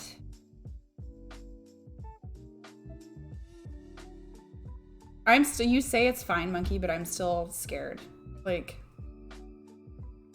I still get triggered in movies. Like, I cannot watch movies that have a lot of nudity or sex scenes or like anything with rape. I can't watch anything with rape unless it's like something like The Girl with the Dragon Tattoo, where it's not just part of the movie to be part of the movie, but it's actually about her trauma with it and stuff.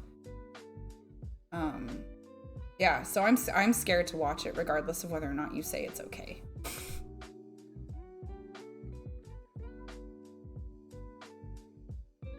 I can't remember why he said trigger warning. I think the reason why he said that was because when we were doing the Mental Health Monday, our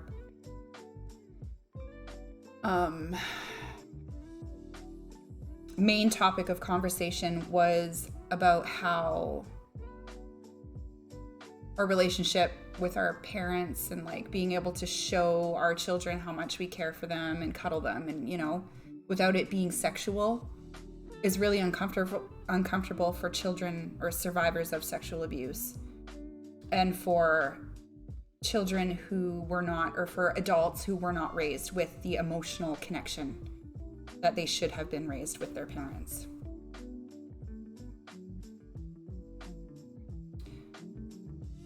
The revenge bit was awesome. I'm so glad they didn't portray it as graphically as they did in the book.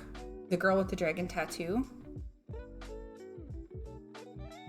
Yeah, like if it were as graphic in the movie as it was in the book, I probably would not have been able to watch it. That was a really rough read. A really rough read. Mia! Hi, good morning. Happy Monday. How were your holidays?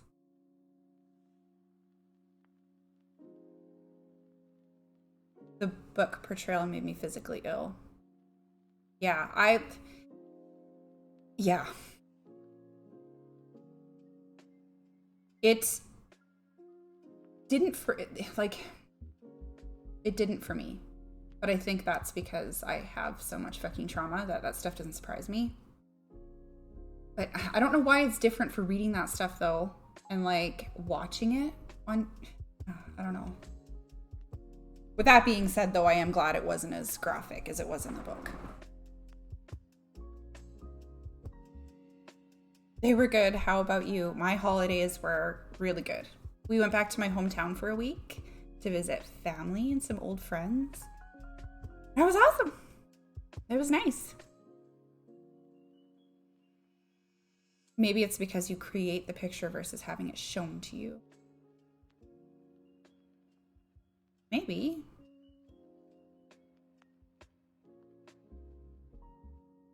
Yeah, maybe. I don't know. I wonder if I would, if I were to read that book now, because I don't remember a whole lot of what was in it, just that it was really graphic and like really fucking graphic. If I would have the same reaction to it reading it now as I did like 6 years ago when I read it. I wonder. Yeah, it was really nice. It was so nice. I'm glad your holidays were good. Did you get spoiled, Mia? Chameleon. Yes, I did visit Kit. Yes, I did. She is doing so good. I saw her New Year's Eve, and she was trashed. And her boyfriend was trashed, and it was so funny. Yeah, she's doing pretty good.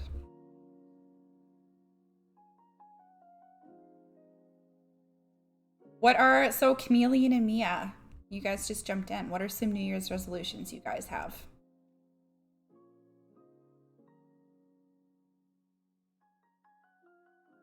Yeah, it was really nice. I didn't get to spend as much time with my sisters as I wanted to because Petra was working. But I did get to spend New Year's Eve with them for a couple of hours at least, so that was awesome. Spoiled by myself. I have an online shopping addiction. That's fantastic. I love that for you.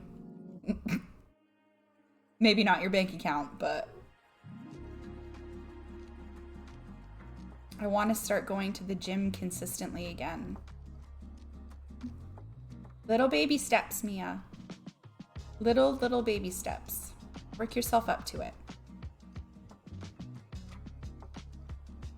I don't make promises I can't keep. Facts. Me either. I actually was saying earlier that I don't make New Year's resolutions anymore because I am not consistent with them and I just end up not doing what I promised myself I'm going to do. And then I feel even worse about it after because it gives me the feeling of I've given up on myself. I'm not important enough to follow through with these things. So I just don't do it. And I just try to make every day better than the last. Instead of every year better than the last, you know?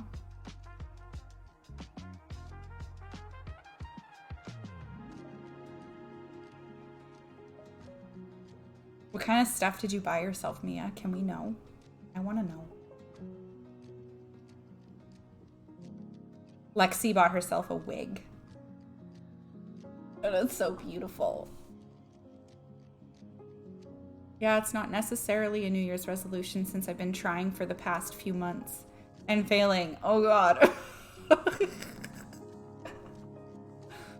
Oh my goodness. Well, little steps.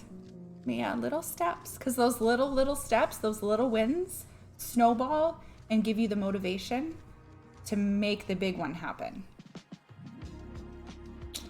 I know, Lexi. I saw that and I was like, oh, she's here. Hi. Happy Monday, Lex. How was your weekend? What did you do with your weekend? I saw you were playing WoW.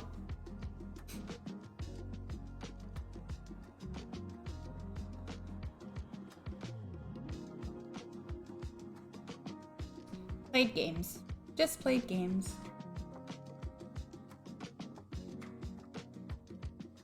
Same thing I do every weekend.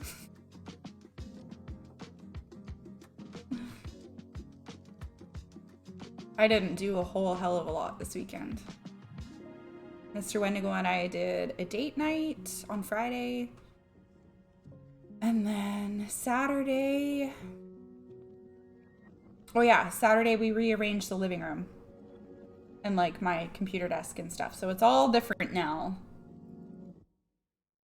And then he took 2 of the kids snowboarding Saturday night. And then Sunday... I couldn't drag my ass out of bed like all morning. I was eyes burning tired all morning. So I just laid in bed and stared at TikTok and then dragged my ass out of bed and turned on the computer and decided that, well, you know, maybe a video game will help me. And it did. I felt better after. So I played a little bit of DBD with Monkey. Then we went and got groceries.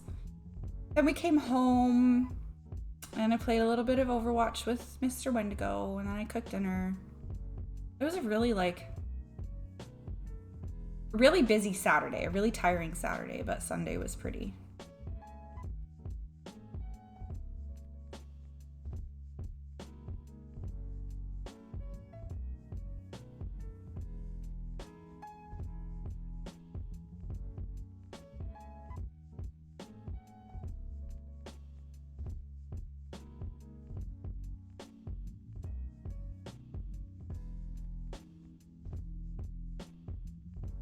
You guys will get it. Shorzy and Mia, you'll get it. The wife got me a new wedding ring for Christmas because I somehow lost mine in the craziness of last year after a house got flooded from the hurricane. Oh. New wedding rings are fun though.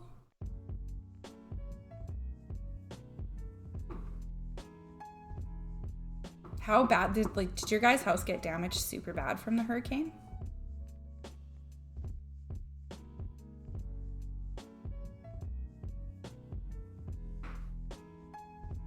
Oh, we got home from our trip and we had walked in the door and our furnace wasn't freaking on. Our furnace went out at some point during the trip. I'm thinking probably like the day before at some point, probably. Because it was still 12 degrees in the house. It wasn't super freaking cold, but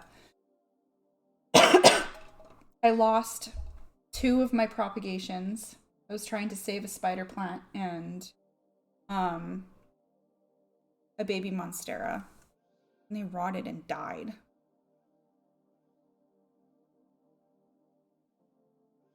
$115,000 worth. Oh. Holy fuck. Did insurance cover it? Because sometimes that's sketchy, right? Like sometimes insurance won't cover flood damage from a hurricane.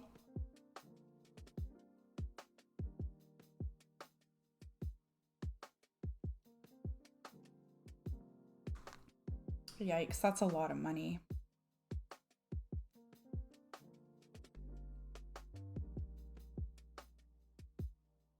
Why, Lexi? Hey, I just hydrated, Jan. Shitty ass contractor ripped us off. Oh no! Thanks, Janny, for the hydrate. What happened, Riz? I've been hearing a lot about contractor scams lately, like especially where we live.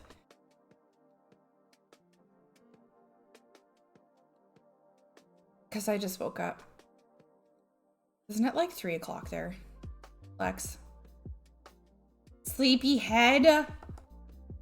Okay, Mia, we'll be here waiting. You can never have too much hydration. Tell that to my bladder. I have to pee so bad, you guys. I was up at 4. Why? Why were you up at 4?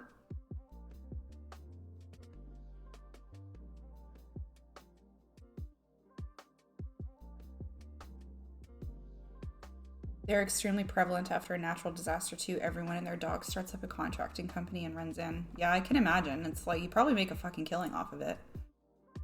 I don't blame them. Just kind of fucking sucks.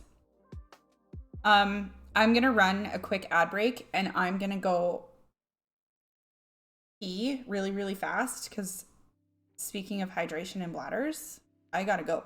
So I'll be right back.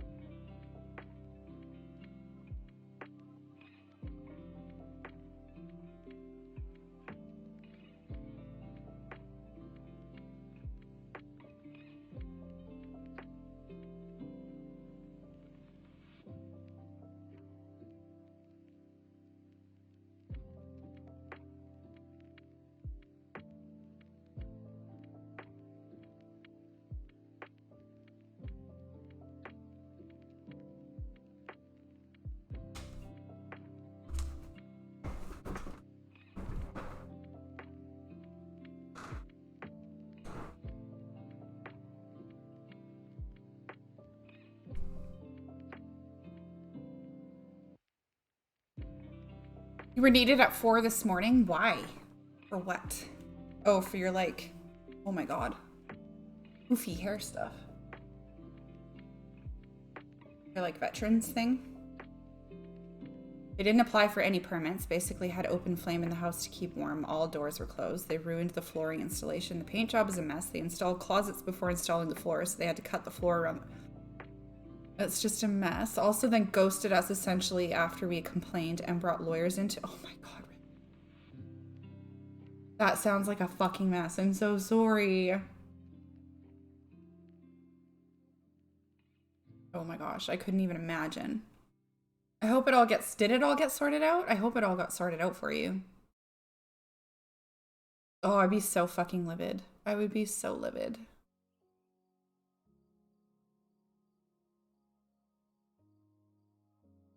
Talk someone down from the edge. Oh no. You're a good friend, Lex. You're a really good friend.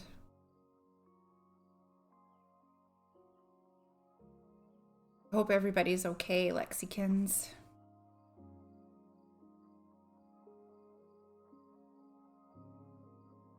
What was fuzzy, monkey? I'm actually really mad that I didn't, like, figure this all out before stream yesterday, because my little octopus guy, he's hiding in the corner. The camera got fuzzy. I don't have my background camera app on this time because I just feel like it zoomed into my face really weird, and I didn't, like, it was way too close because my camera's normally up a couple feet away from me, where right now it's only like a foot away from me. Bill, hello! Happy Monday, my friend. Bill has entered the chat. How's it going? How was your weekend? How were your holidays? We haven't talked at all. Octopus, we miss you. I know. He's hiding in the corner way over there. You can see his tentacle. One tentacle. I know. I have to figure this out so that the camera is like over here and I can have all of my stupid stuff over here. No real closure. We terminated the contract with them, but didn't really get any refund or whatever. We have a lot of stuff to fix, but honestly, after the mess with the tenants and the contractor, I just want to move. But the housing market is yikes right now. Oh, Riss. I'm so sorry. That sounds like a frickin' mess. Yeah, I'd be livid. I'd like, oh man.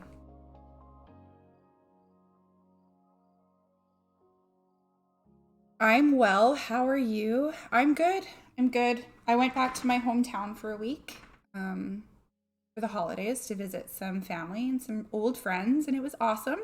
I had a blast. It was really nice to catch up with everybody.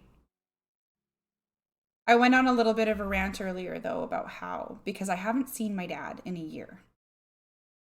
And both of my sisters have gone no contact with him, and it's been like 2 years since they've actually talked to him. And so I went on a little bit of like a spilled my guts rant thing earlier about how I'm so sad for him, because when I saw him, it was the first time in a year, and holy shit, his hair is gray and his beard is gray, and like his whole demeanor has just changed. He's so just like, I got the sense just old and lonely. And I just, I have this little soft spot in my heart for him still, even after all of this stuff. And yeah, ranted about it. You're in a similar situation, Mia. I'm sorry. It's just such a weird spot to be in, because I was pretty certain that I had grieved the relationship that I would never have with either of my parents, right? And I know that with my mom I have, because every time I see her, it's just kind of like, here's this person, right? Oh, that was also something else I wanted to talk about. Just here's this person, She's in the same room as me, you know, it's fine, whatever. And nothing she does really bothers me anymore, or, you know. And I felt like I was in that exact same position with my dad. Like I felt pretty grieved. You know, I was over it. And then I saw him this time, and it's just like, I'm not sad about it.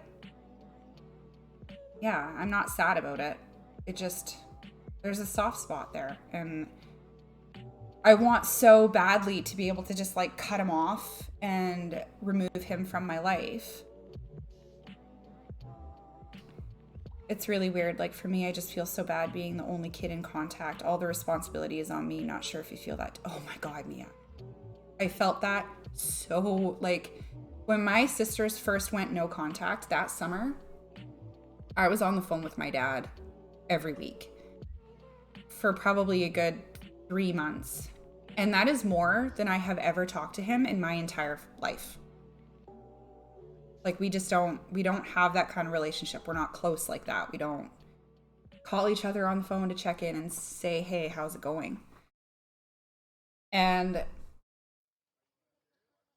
so, yeah, the first 2 or 3 months of my sisters going no contact, I was on the phone with my dad every week, like texting him, how are you holding up? How are you doing? How are you feeling about this?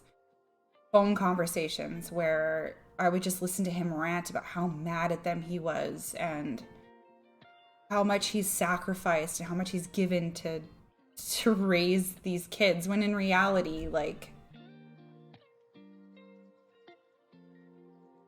really, okay.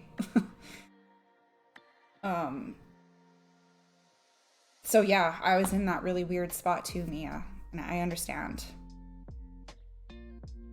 Like, now I'm the only kid that is talking to him, and so I have to make sure that this person's okay, and I have to be the good kid and the good daughter,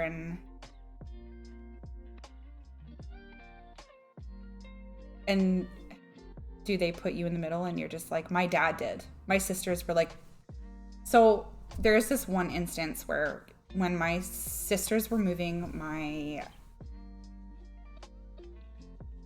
so my middle sister lived with my dad at this time, and she had gone no contact, and while he was at work, moved all of her and her kids' stuff out of the house and used his truck to do so. And so my dad has this like tuner thing in his truck, which he had removed himself and hidden in the house somewhere. And so about a week after my sisters went no contact and moved out, he texted me and he's like, hey, my tuner's missing from my truck. Can you please get a hold of your sisters and figure out where the fuck it is? And like, just mad about this tuner. And so I texted my sister and I said, hey, you were borrowing dad's truck. Where, do you have any idea where the tuner is? He's looking for it. And she's like, don't put me in the middle of this. If he wants to have contact, just don't tell me. Cause I don't do that. I don't want to hear from him at all. And I mean, turns out my dad found the tuner in his house like a week later. Like, you know, so I was put in the middle a little bit by my dad, but my sisters were like, just don't fucking do that. And they were right. I shouldn't have in the first place. He made Frank Gallagher look good. No, Frank Gallagher's something else. He was a close second to Frank Gallagher though. Like,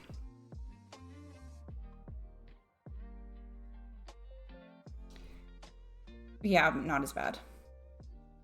Not as bad. Most people are unable to see through the past, their own idea of suffering, to understand the true reality.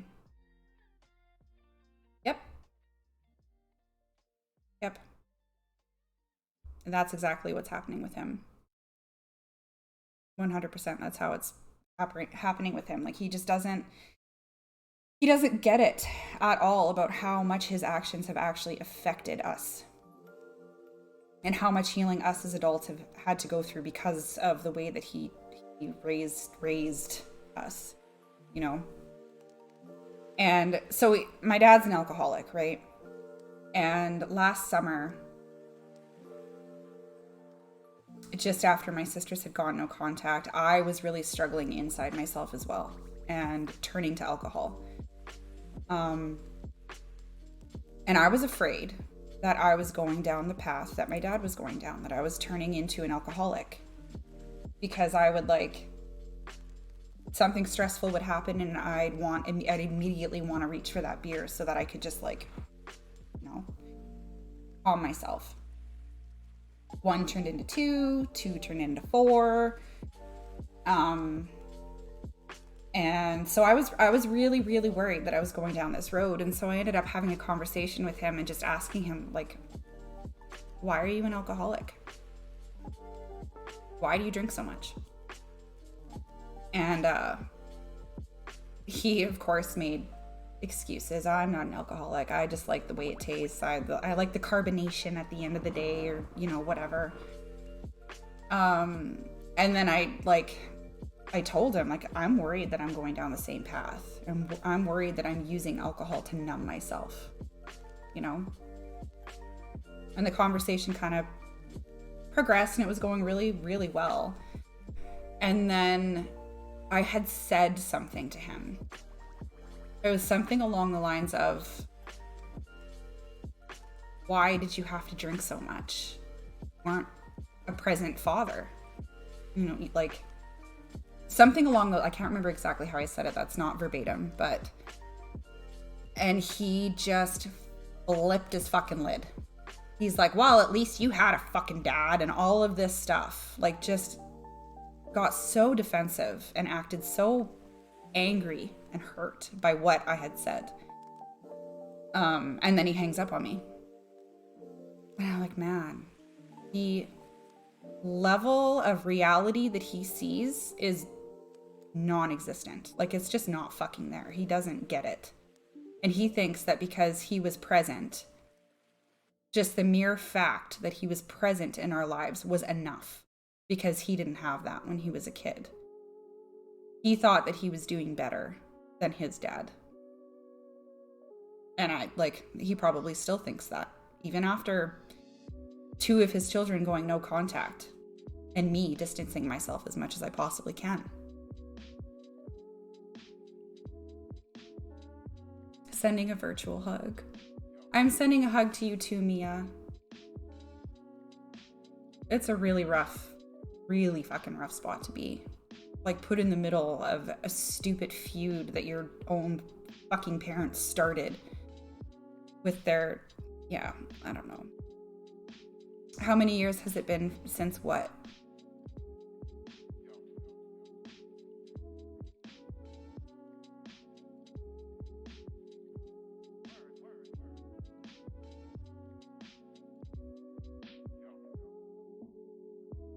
Yeah, family feuds are...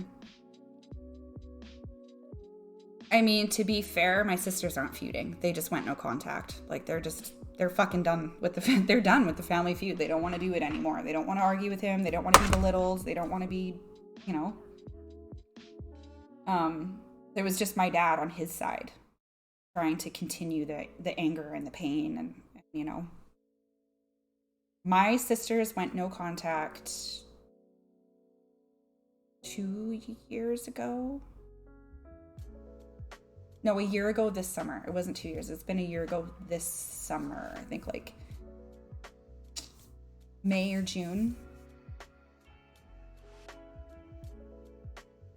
I told them all what I thought of them at my Uncle Mike's funeral and then closed the door on that chapter. Good for you, Camille. Good for you.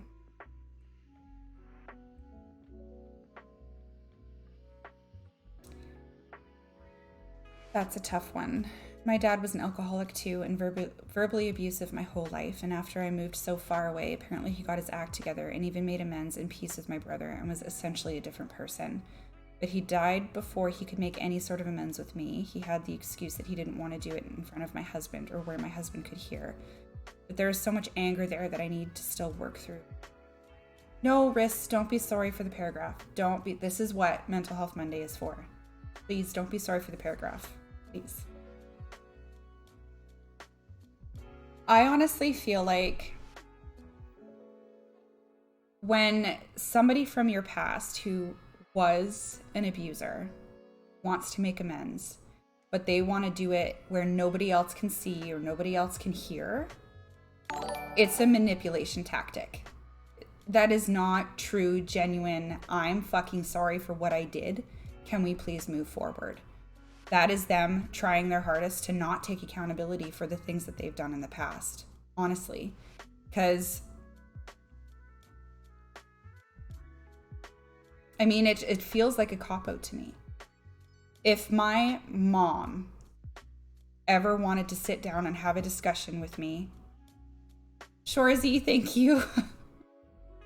Thank you for the gifted sub to Chameleon. If my mom ever wanted to sit down and chat with me about our past and make amends, but said nobody else can be there when we have this conversation, we wouldn't be having that conversation. It just, what are you trying to hide? Are you trying to like make sure that nobody sees you say some stupid shit? Are you trying to make sure that somebody outside of the issue at hand isn't brought in because they'll be able to see it for what it is clearly, whereas I may not be able to because I'm the one you've manipulated and abused all my life? Right? Like, it just doesn't feel... No witnesses. Yeah, 100% Chameleon. That's exactly how it feels to me. This is where the EQ kicks in. You're already able to see things from his perspective, which is a huge step ahead of where most people would be. I come from a long line of addicts. I eventually learned how to effectively manage the problem. I hope that you find a way to achieve the peace that you need to yourself. Yeah, Phil, no, and I totally understand. Like with my mom, it's just complete 100% acceptance that this is just the way it is. It's the way it's always going to be. I know for a fact I've grieved that relationship with her. And I'm not open to her advances to want to have a closer relationship because that's a boundary that I've set for myself because I know it's not what I need. It's not what I want. But that's because I've accepted her for who she is, right? Whereas with my dad, it's like... I've accepted him for who he is as well. Where was I going with this?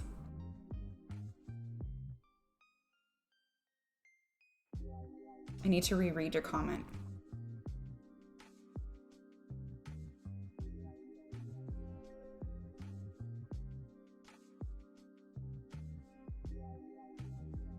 See things from his perspective. See, and I, like, yeah, so I see things from my mom's perspective too. I just wonder if, because the mother-daughter relationship to me was more important than the father-daughter one, it was more of a sting when I realized I wasn't ever going to get it. And because I know my personality, and for me to be able to actually...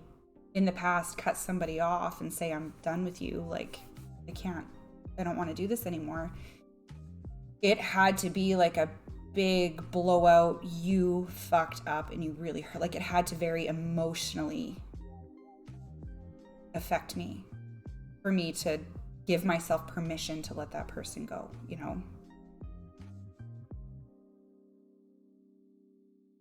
Yeah, I don't know, I'm still unraveling it and trying to figure it out. Yeah, it probably was. I told my mother that I didn't care, that my husband can and should hear everything she has to say, and I guess he chickened out. Oh, Dad, right. Yeah, see, and that totally makes sense. Like, he doesn't want any witnesses to what he's about to say. Like, maybe he isn't actually going to genuinely take accountability for anything. And he is going to possibly gaslight, manipulate you back into the relationship, and doesn't want somebody who is outside of the relationship to see those things because they'll be able to see it for what it is. Right?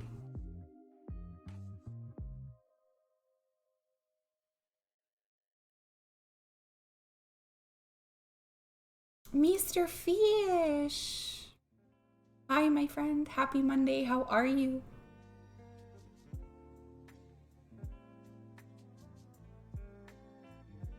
So, Phil, we were talking to everybody about New Year's resolutions and what they're doing. Have you made any for yourself? Any goals you're going to accomplish in 2023?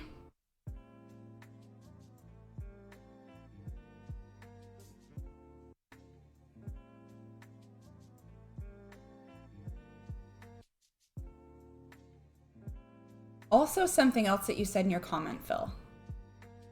I eventually learned how to effectively manage the problem. I wonder for myself that I just don't really see it as a problem because he doesn't reach out to me often. You know, he's not in my face about things anymore.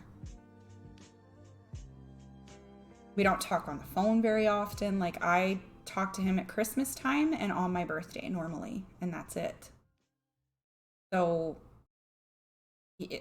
it's not a problem that's in my face all the time. So it's not something that I have to manage or handle, you know? And then when we do talk on the phone, it's very just surface level. There's no deep stuff going on.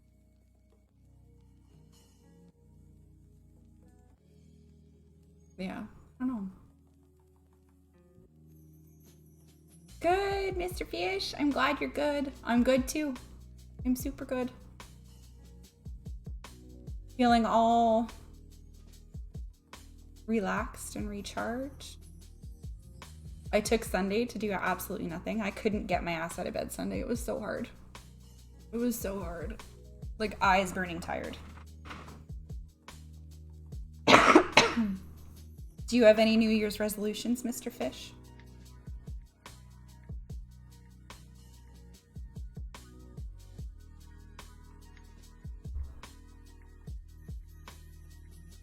I think that the core issue that we deal with, Ari, our parents, is that once we figure out where things went wrong, we have a really hard time accepting that they didn't come to the same conclusion. And it sticks with us for a bit until we can let it go. Oh, Phil, yeah. The anger and resentment and just pure rage I have felt over the years, especially within my healing journey, knowing that, like, I am taking the steps to make these things better. Better mom, spouse. And I've realized that, like, the way I've been living my life is it's not healthy for me. It's not healthy for the people around me. If I can come to that realization and do this work, why the hell can't you?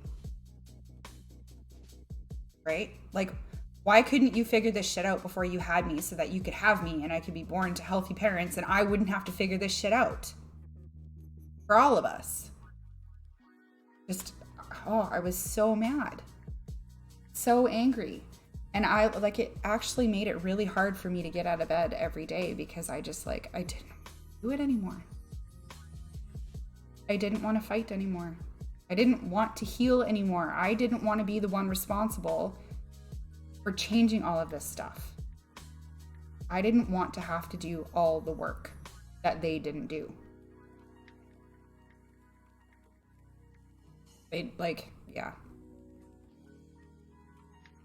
And then I got to the place in my life where I was like, you know what?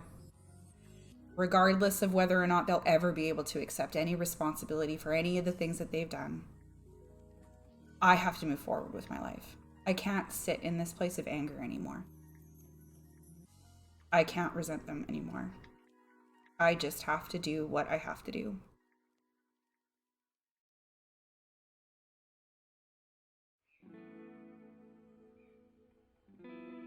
It was a really hard realization, and it really fucking sucked. But I'm glad that I finally did it, because now that I have done a lot of the healing and a lot of the upward movement and a lot of the realizations and acceptance, and I feel better. I feel way better and more strong and more courageous and more loving myself and more empowered.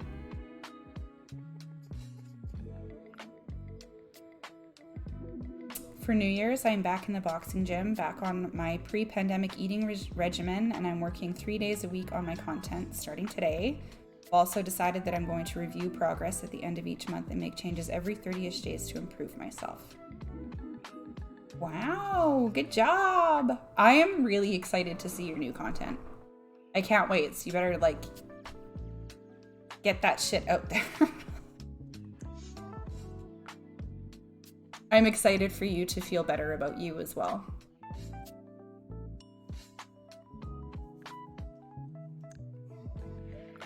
I'm going to try to bike more and get into better shape. What about you? Also, sorry that I don't have much to contribute.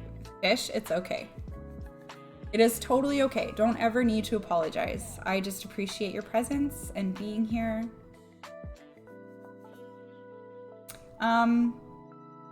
I don't have any New Year's resolutions. I don't make New Year's resolutions.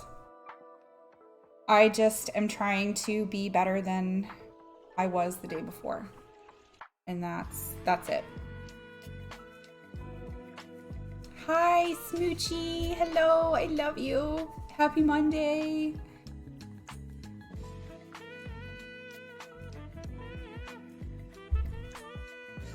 I'm so happy that I've wrapped up things with the 4 clients that needed to get off my calendar for me to take the time to make my own stuff. So, are you like complete career change? Is that what's happening with you right now? Like, are you like purging all your old stuff, all your old like marketing and advertising things, and now you're going into something totally different? Smoochie. How's Mr. Smoochie feeling today? How's it all going? Did he go to work? Everybody misses you, Smoochie. All of the people are in here.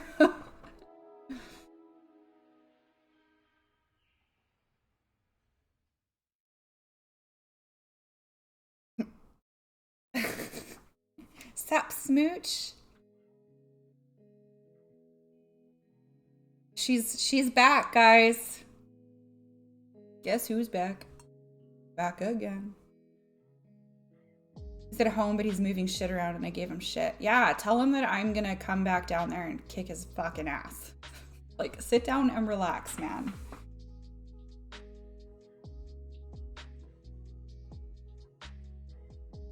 That man does not know how to sit still for more than 5 seconds, and it's... Yes, I was in limbo for so long after 2020, doing work as a consultant for a long time because I was afraid to let go and believe in myself. Doing my own content means not getting paid for a while. You've got this, Phil. Don't, oh God, I keep doing that.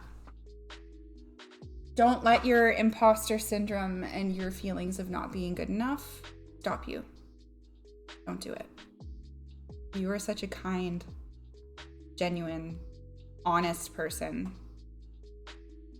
I genuinely deep down feel like you could do anything that you put your fucking mind to. I'm excited to see what's in the works. I'm excited. Moving shit downstairs? Do you... Smoochie.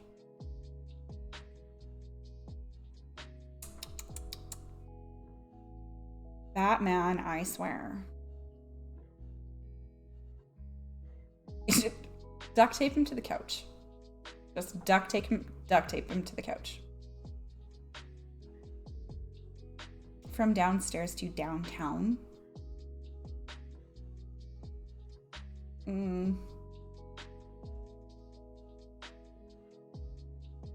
I'm just gonna shake my head because I know that, like, you're right, he don't listen. He don't listen. Oh boy. He wants something from down there. Trying to find something.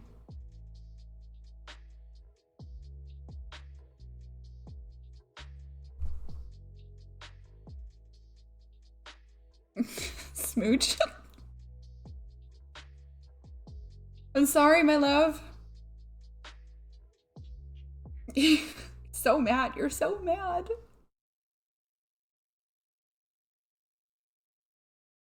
Gonna give me a stroke. No, he's gonna give you the heart attack. Oh, Smoochie.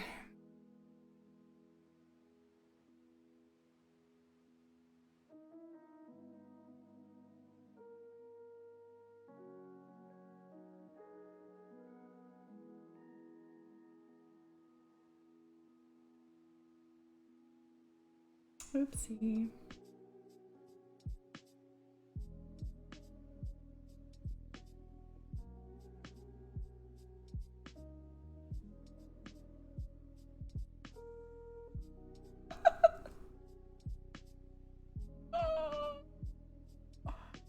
I mean, you've got frying pans, right, Smooch? You've got frying pans and a good right hook.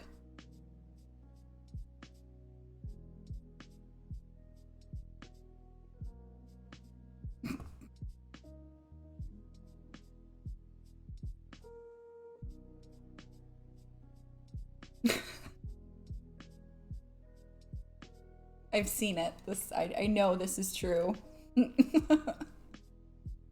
Just tell him, like, if you tell him, if you sit down, or if you don't sit down and like relax, I'm gonna hit you over the head with a frying pan so that you have no other choice.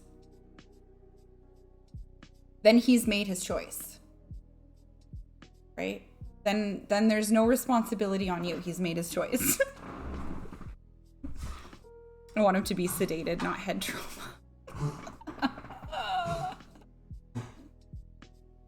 Give him a weed gummy then.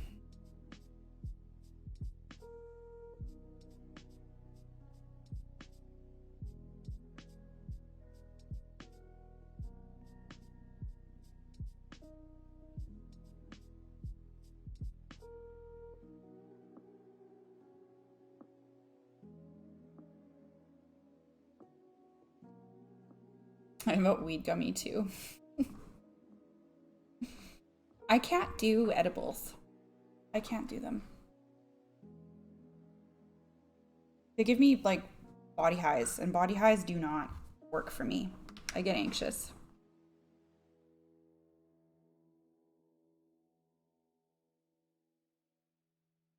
Oh, right. I forgot. That's even worse. Well, you're shit out of luck. Sorry, Smooch.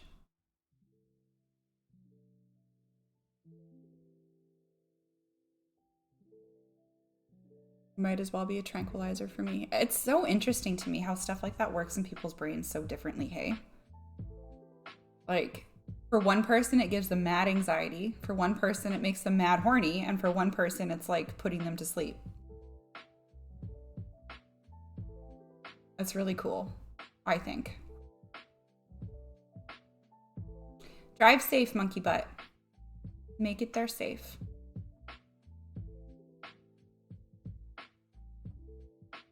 So we have an AMA.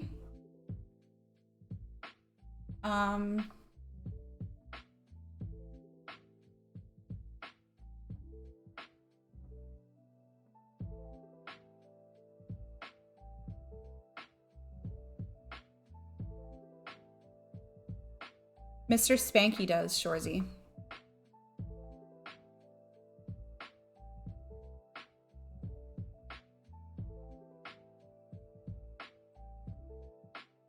Off to get my frying pan and Xanax.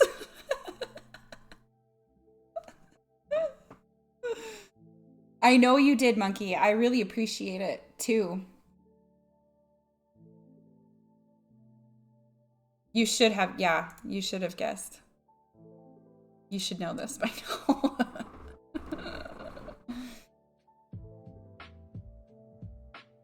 Yeah, so Monkey put a bunch of questions in AMA, and I feel okay saying Monkey because he told me he's done this, and he's saying it now. So, but he wanted to put a bunch in there for just when we have some lulls in conversation. Um,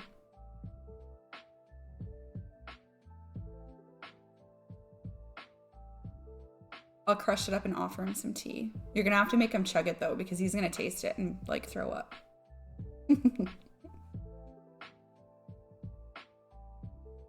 So one of the ones that I really liked that he put in here was, what are things that you feel tired of seeing or hearing from the society and the world?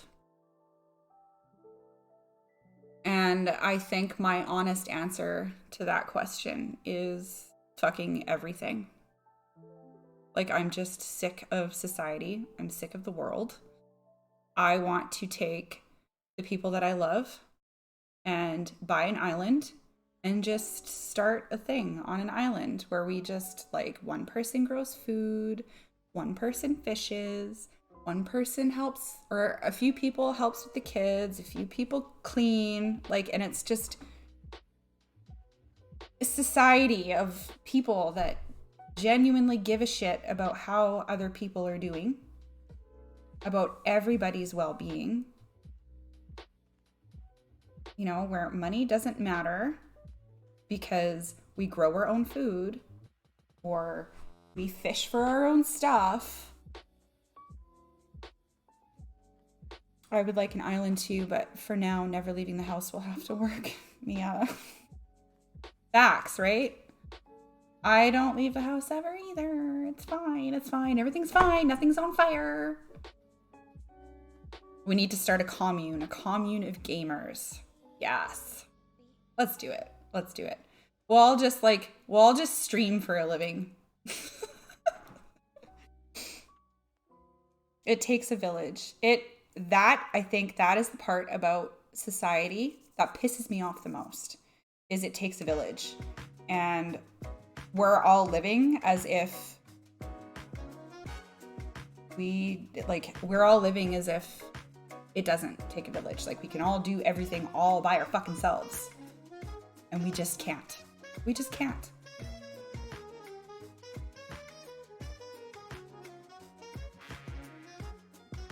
Better than a frying pan, women don't get full medical options like men do. What do you mean? I'm not understanding. Leaving the house is overrated. Yeah, Mr. Wendigo would agree. He says every time he leaves the house, he spends $100.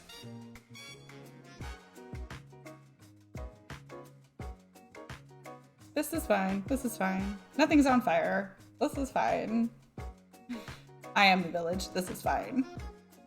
Basically, that's what it feels like. One person needs to do fucking everything. On their bodies. On their I spank Miss Smoochie. I still don't understand. I'm sorry. I don't know what you're saying.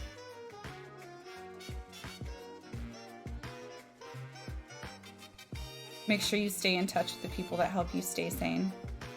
Like right now. This is part of the reason why I started doing Mental Health Mondays. It's because you all help me. You all help me.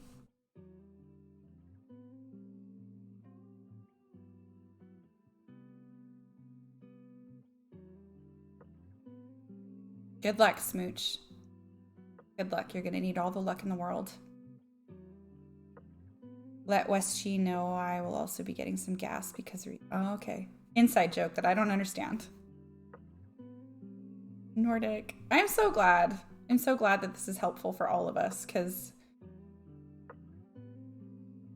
if I'm honest, there are a few people here that comment is directed towards. What comment?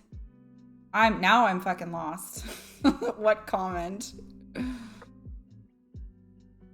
The stay in touch with people that help you stay sane?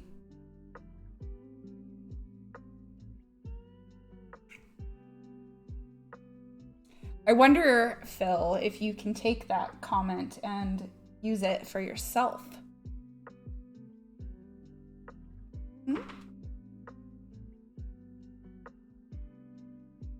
I feel personally attacked. Lexi, I think we all do. Phil is attacking us. He's calling us out on our bullshit.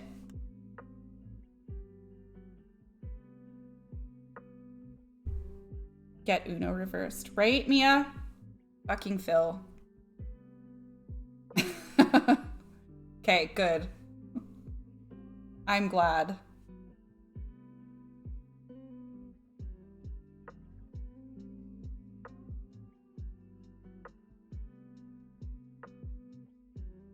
Good, I'm glad.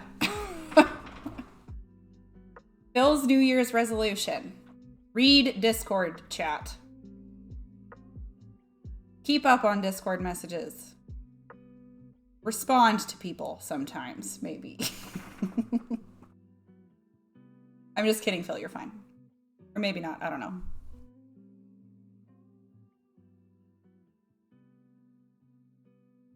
Or speed something.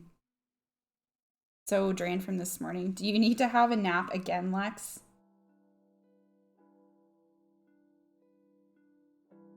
Me too. The brief contact I had with people that seems to genuinely care about me over the holidays really put into perspective how isolated I've been feeling. Yeah, I can totally feel that, Shorzy. I totally understand. Like, you're not... I'm gonna call you out here a little bit, Shorzy, and just kind of say, like... You're not surrounding yourself with people who have your best interest at heart all the time, and you're not giving yourself enough time to just like hang out and be, you know what I mean? I'm really, really glad that you got to spend that time with your friends on New Year's and for that little bit, because you deserved it and you needed it so badly.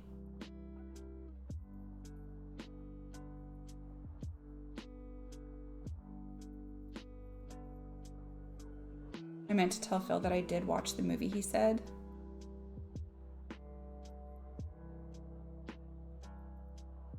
So I have a confession to make, Phil.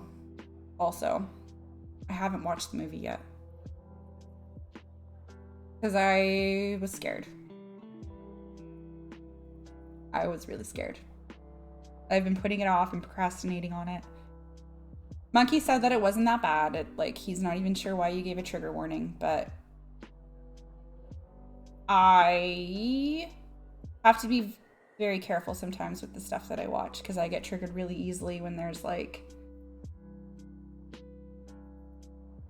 too much nudity or there's rape scenes that don't really need to be there. They're just kind of in there to try and add sustenance to the movie, and like I just don't enjoy that. Like sex stuff. Yeah. So when you said trigger warning, I kind of just like, I got scared and I haven't watched it. Emily the Criminal, Smoochie. It's on Netflix. We've been asked to watch it, so the next time Phil comes on live with me, we can talk about it. Yeah. So I'm gonna have to get to that soon, because I want to have Phil back soon. I ordered a credit card making machine. Who's ready to... Why would you do that? Can somebody help me feel a little better about this movie, please, and explain to me a little bit about what it is? Because I get the sense that it's kind of about that mother-daughter bond, like a parental bond relationship thing.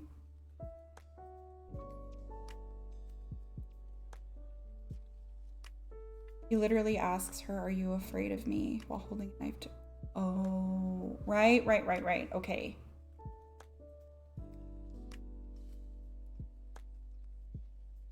Okay.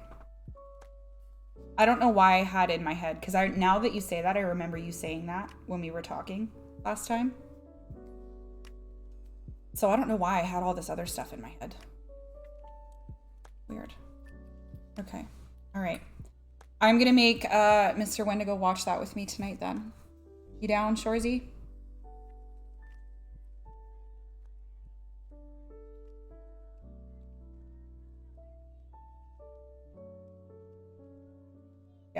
Okay. I should have watched it that same day that we had talked about it, because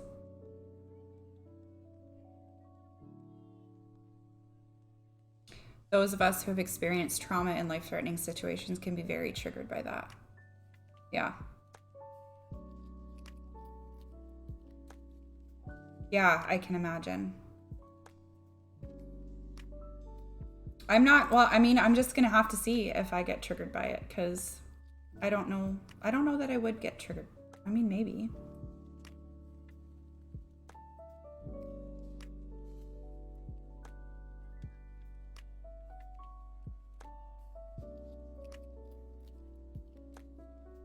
Okay.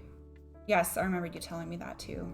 That makes sense. And I haven't ever been in a situation like that. Like, a gun hasn't been pointed at me. I haven't been stabbed or had been threatened with a weapon ever. So yeah, okay. That makes sense. That makes sense.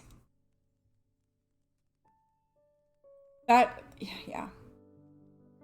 I want to ask you more about that stuff. Can I ask you more about that stuff? Are you okay talking about it?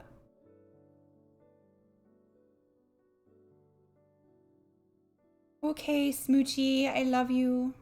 I probably won't call later because I've got a super busy evening. But I will text. Promise you I will text. Happy Monday, my love.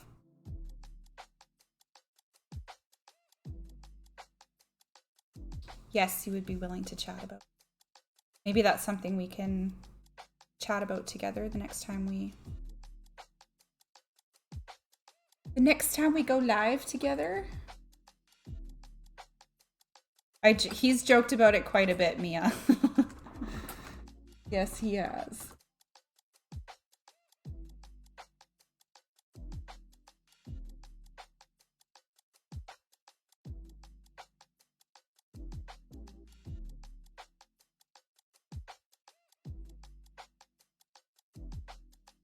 So now that I've answered that AMA, what do you guys think? What are some of the things that you feel tired of seeing or hearing from the society and world? Let's vent a little bit about it.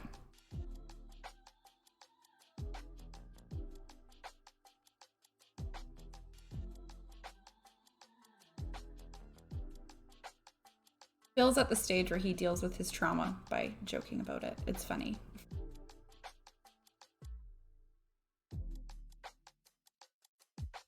I sincerely hope that one day I can get to the point within my healing journey that I can laugh about, like, not just covering it up laughing either, like genuinely find this stuff funny. I'm tired of society telling me that it's okay not to care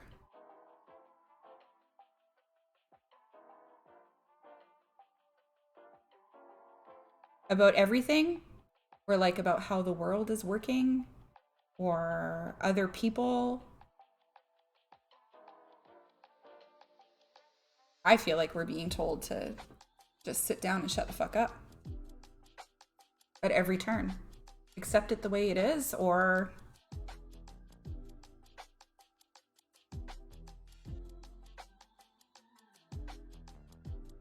I wish it was easier to take some time off from work when you feel you need to.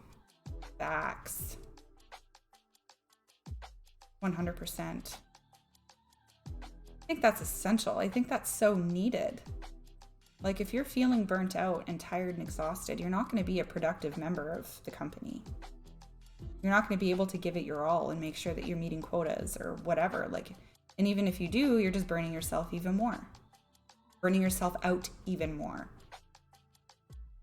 I actually learned a little while ago that it can take anywhere from 3 to 5 years to recover from burnout. And people think that 2 days is enough, right? Like, you've got Saturday and Sunday. It's fine. You'll be fine.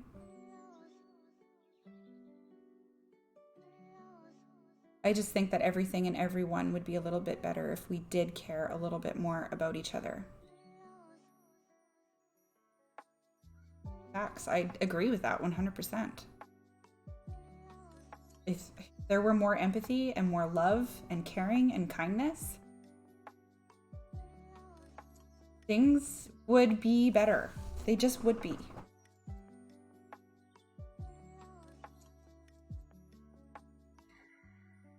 Most other countries in the world understand that.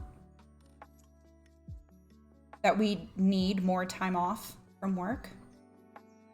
I'm actually interested. Somewhere right now is trialing the 4-day work week. So it's a 9 to 5, but 4 days a week instead of 5. I'm interested about that. Having people lean on you for answers when you can't think is so hard. My favorite is you just had a long weekend. You should be ready to go. Right? Okay, Shorzy, thank you for the lurk.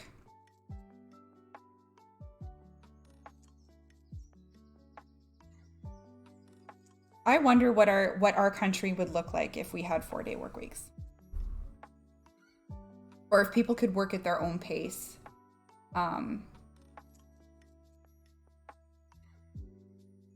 You too, Mia. Thank you for popping in and saying hello. Happy New Year. Happy Monday. I hope that the rest of your week goes super freaking awesome. Because you're awesome. That would be amazing. Like, how much more time would you have for self-care, family, you know, getting stuff done around the stuff that is important around the house, you know? I don't know. I hope that this 4-day work, where are they trialing this? I can't remember. Where are they trialing this?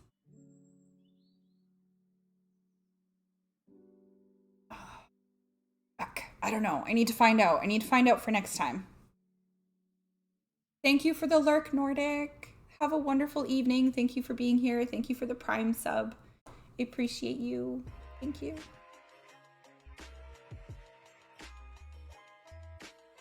Like, I kind of imagine what weekends would look like with 3-day weekends all the time. So like 1 day, self-care day.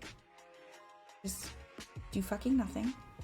1 day, maybe housework day. 1 day, maybe we spend a bunch of time with the kids.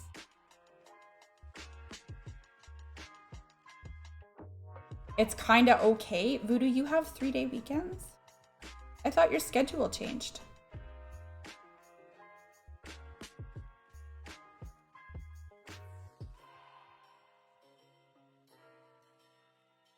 So much more streaming. More video games. Yes, you used to have 3-day weekends. Yes. You didn't enjoy it? Thank you, Janny, for the hydrate. I know Olive has 3-day weekends too. I should ask her as well. She's always busy though. Like, she's always doing something. But 11-hour days sucked. Oh, yeah. See, that's not really a 3-day weekend though, is it? Because then you spend 1 day just, or 1 or 2 days just trying to recuperate from working 11-hour days. Playing catch up at home from working 11-hour days, right? I'm talking about like that 9 to 5, 4-day work week.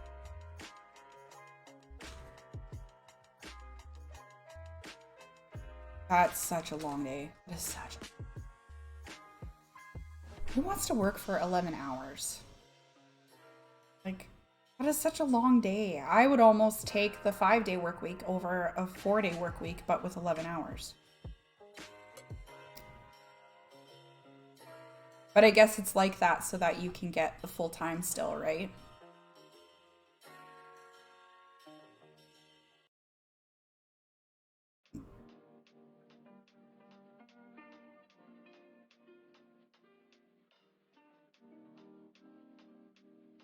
59 hours last week. And 40 hours is full time, right?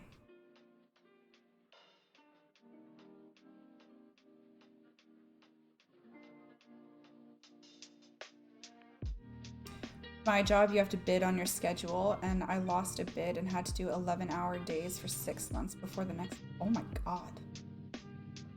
What the fuck? Why would they do it like that? That sounds to me like a terrible business model. Like, let's have all these people bid on the hours that they want, and if they don't want these hours, then expect them to be productive members of the company anyway. Jeez. We have to bid on routes, so I feel that. Ugh. I don't. Is this a 24-hour call center, Voodoo? Like, why do they have it like that?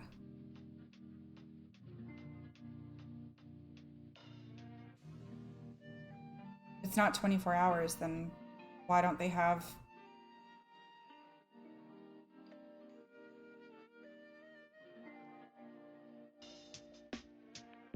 Makes no sense. 8 to 12. So why don't they have full-timers who work from 8 to 5 or 8 to 4, and then part-timers who work 4 to 8? Like,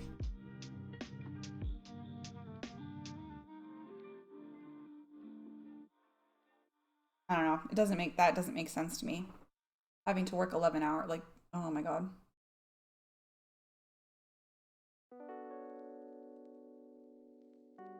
They claim union, but our union is terrible.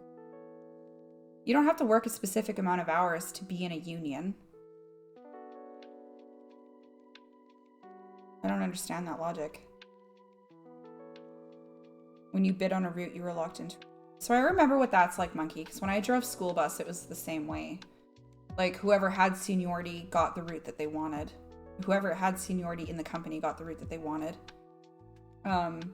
If the person who's currently driving the route no longer wanted it. So that kind of makes sense to me. You know, like, as long as it's not more or less work than other ones, but maybe... I don't know.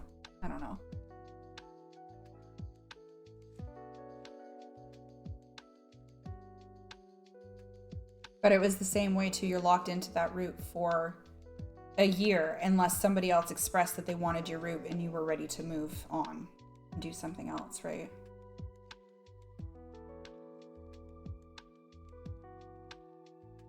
I loved that job so much. I loved that job so much. I actually applied to drive school bus out here too at the middle of last year. End of school year? I can't remember when last year. I didn't get a call back. I was sad. But that's okay. It wasn't meant for me this time. That's all right. I've got bigger and better things to do.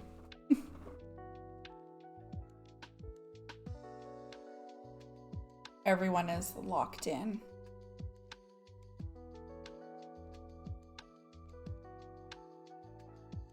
Has your boss gotten a hold of you yet about that? Holy, that was a dog hair in my eyeball. About them being angry with you because of your neighbor, Monkey? You didn't tell me how that ended.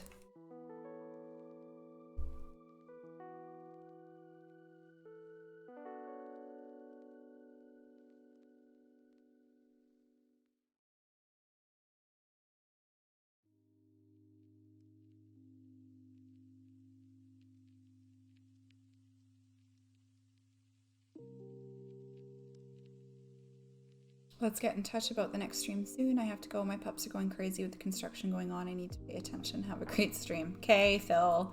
Thank you for jumping in. Happy Monday. You're awesome. Yeah, DM me in Discord. Please and thank you. Have a great Monday. Bye.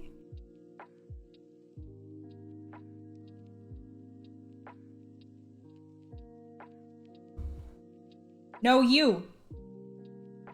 No, you.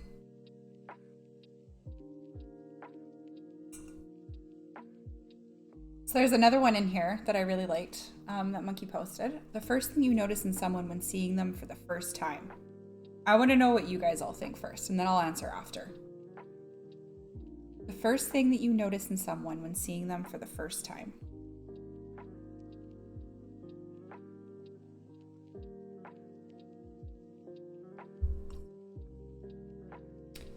Their smile.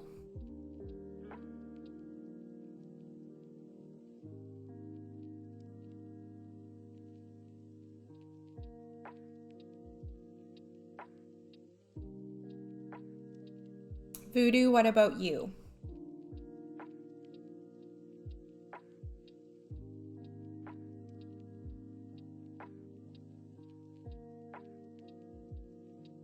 What is the first thing you notice in someone when you see them for the first time?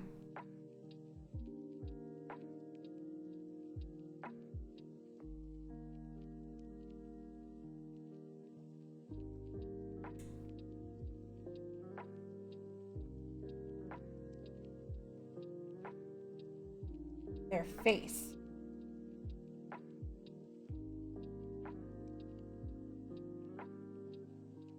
That's so interesting to me. How everybody sees different things. Their eyes. Eyes. Do they have hard or friendly or sad eyes? Oh, yeah.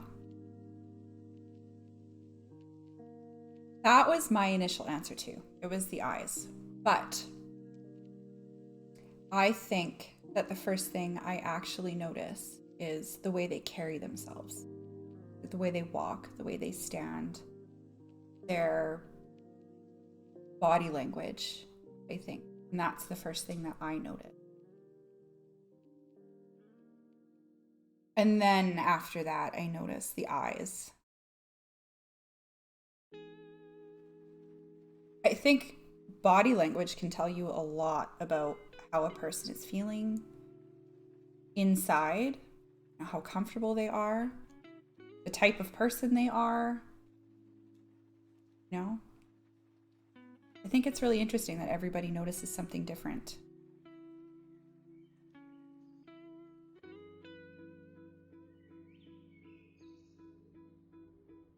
I think though, so like, I think it's different for me. So in person, when I'm meeting somebody in person, their body language and the way they carry themselves is the first thing I notice. But if I'm looking at a picture of somebody or I'm watching somebody stream, then it's probably the eyes that I notice first. And exactly what Spunk said. Like, do they have hard or friendly or sad eyes? What kind of eyes do I have? I think Spunks has very caring eyes. And I think Voodoo has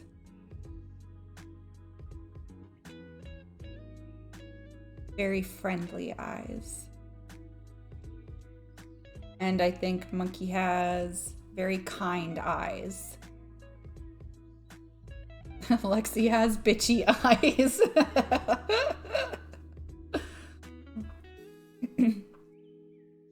Yeah, I'd agree with that. Are they right in front of my face, or do I actually see them enough to notice body language first? Yeah. Yeah, that makes sense.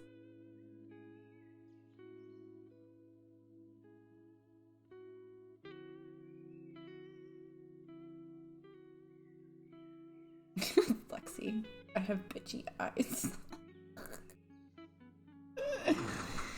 Is that considered hard? Are those hard eyes?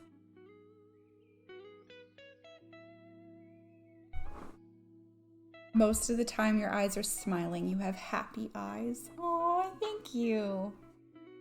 I do, like, my emotions are on my face all the time. You can tell how I'm feeling just by looking at my face. I don't hide my emotions very well at all. And I'm genuinely normally pretty freaking happy when we're doing these. Or like when I'm playing video games and we're all chatting, and so thank you, Spunks. I like that. I have smiling happy.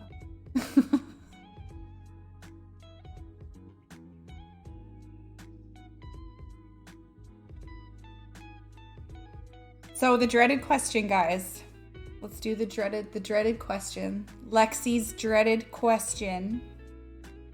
What did we all do for self-care over the holidays?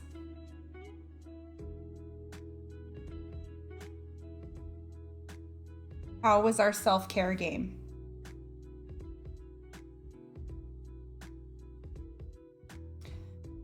For me, what did I do for self-care?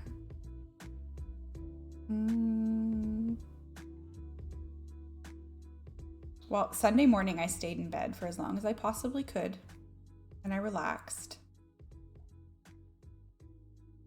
And Saturday,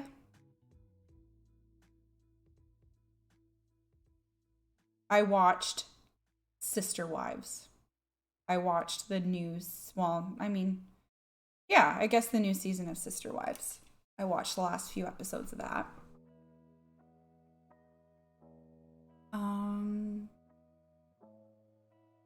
While I was in the hat, I took care of myself by making sure that I stuck to my boundaries that I've set for myself with people.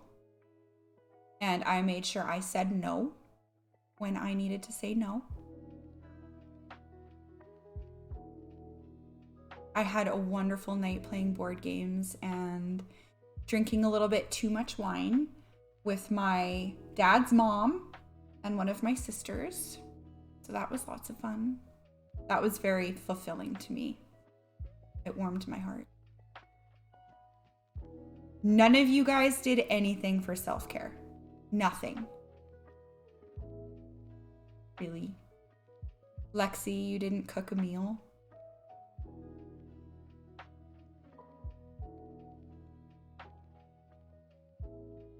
Oh boy. We need to up our self-care game in 2023, you guys. Take care of yourselves. Love yourselves. You were not told cooking isn't self-care, Lex. Don't twist our words. Don't do that. Over the years, I managed to cut my Christmas down to just cozy. So honestly, Christmas Eve day is all self-care for me now. Oh, I love that, Spunks. That is so awesome.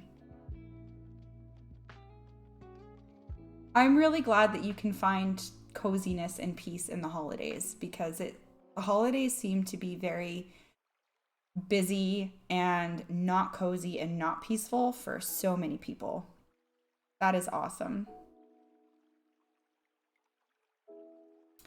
Was told it's a basic need and not self-care. Do you remember the discussion that we had after that, like going into the nuances and stuff of it, Lex? Do you remember that? Or are you just choosing to pick the little piece about the basic need part? We just curl up by the tree, make cocoa with whipped cream and peppermint, open our Christmas jammies and reminisce. I cut out the whole go see everyone a long time. Oh, Spunks, I love that idea so much. Just me, my son, and the hubby now. That is like, I love that. I love that so much. That would make the holidays so much better. You're just removing the obligation of being around a whole bunch of people that don't really have any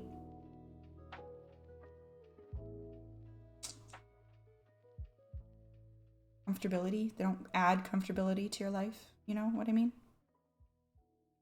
I love that.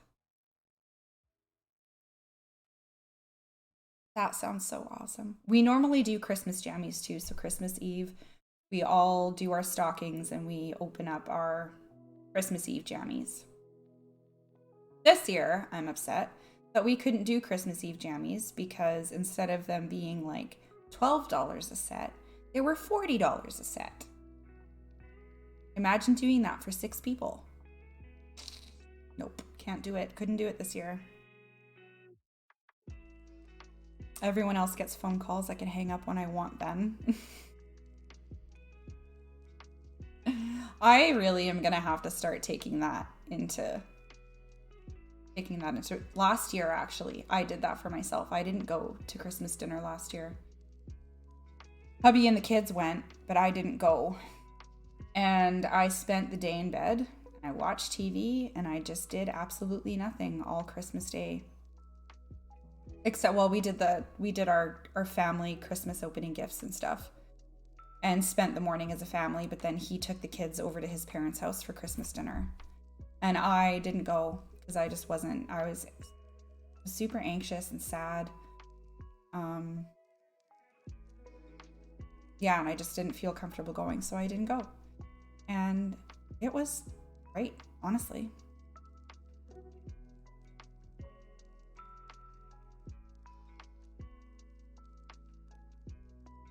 Oh, it's crazy. Luckily, we just do the jammy pants, but still 30 instead of 15. I know. It's so insane. And it was like, I was really hoping to have that a Christmas tradition for us too, as we would open our pajamas and do that and get all excited for Christmas morning and just hang out. And I think we did it for 3 years in a row and then had to skip this year because everything was more than double what it was. It was so sad, and the kids were so bummed when they didn't get their Christmas jammies, but welcome back, Boz. Welcome back. We're just talking about self-care. What did we do for self-care over the holidays?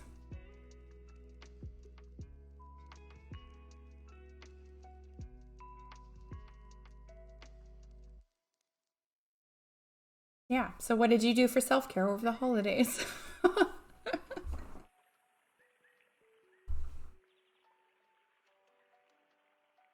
Self-care is important, and nobody practiced self-care except for Spunks.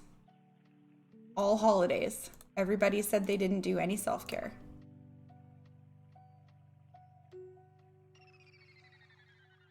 Can you believe that? I mean, how many Mental Health Monday streams have we had where I said, self-care, self-care. You guys have self-care homework. I'm giving you self-care homework. The next time we do Mental Health Monday, you better tell me what you did for self-care. Nobody's doing it. I sort of distanced myself from editing and stream stuff. I just focused on other stuff, mainly stopped looking at numbers for a couple of weeks. Give yourself a break. Awesome.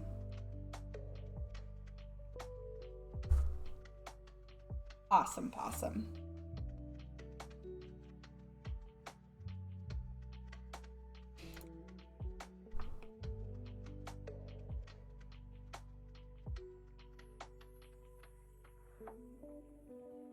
I actually have, because a lot of our stream today was New Year's resolution, I have a TikTok I actually want to watch with everybody.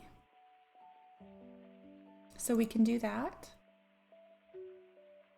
And then I think possibly we're going to end it after that. So let's watch this TikTok and we'll talk about it. Open.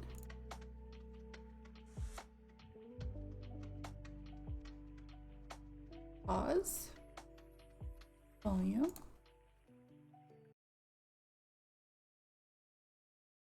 What are all our resolutions, or have we covered this? Some people want to go to the gym. Some people want to uphold and set and uphold better boundaries for themselves. Some people don't have any New Year's resolutions. Mine personally is to just be better than I was the day before. And that is it. As I don't make New Year's resolutions because I can never seem to follow through with the big crazy ones like going to the gym or eating healthier, or like I'll do it for a couple of weeks or whatever, and then I'm really pissed off and sad at myself for not being able to follow through. So I just don't.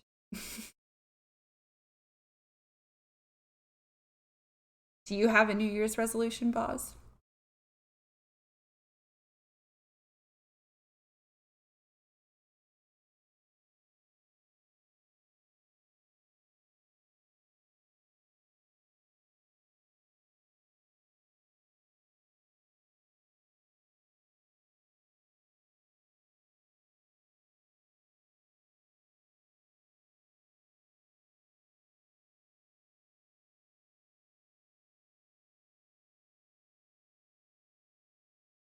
All right.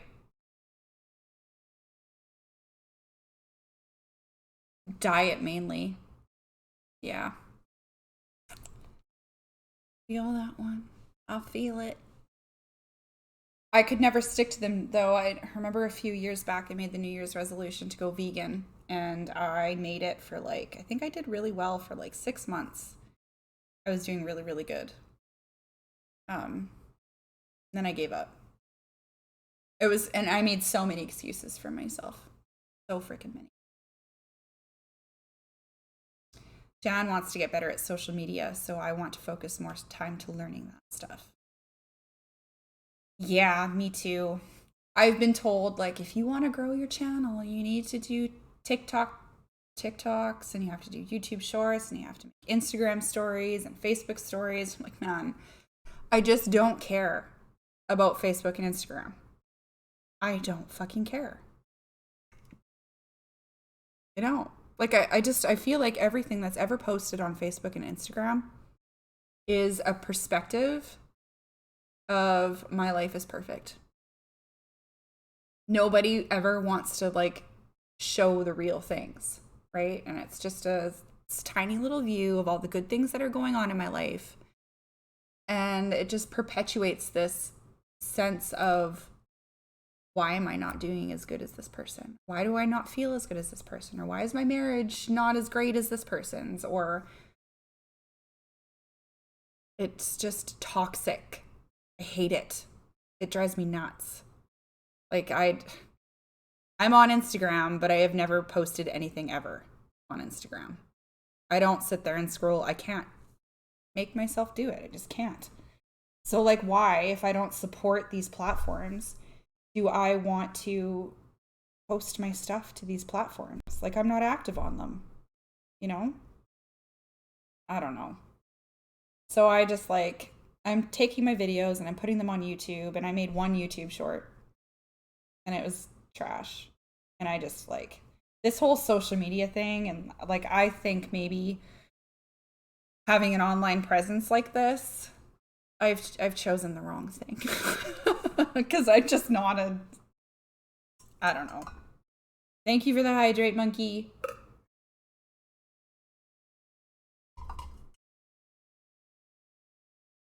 Fuck the Zuck.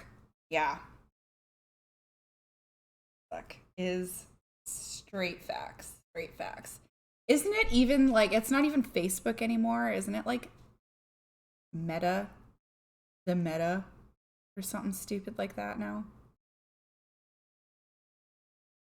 Meta. Yeah, right? Fuck. Is it an acronym for something? Am I missing something here with that? I hope you didn't lose I didn't lose my cup already, monkey. It's dirty. It's being washed. Your loops came? What are loops? Your loops came in?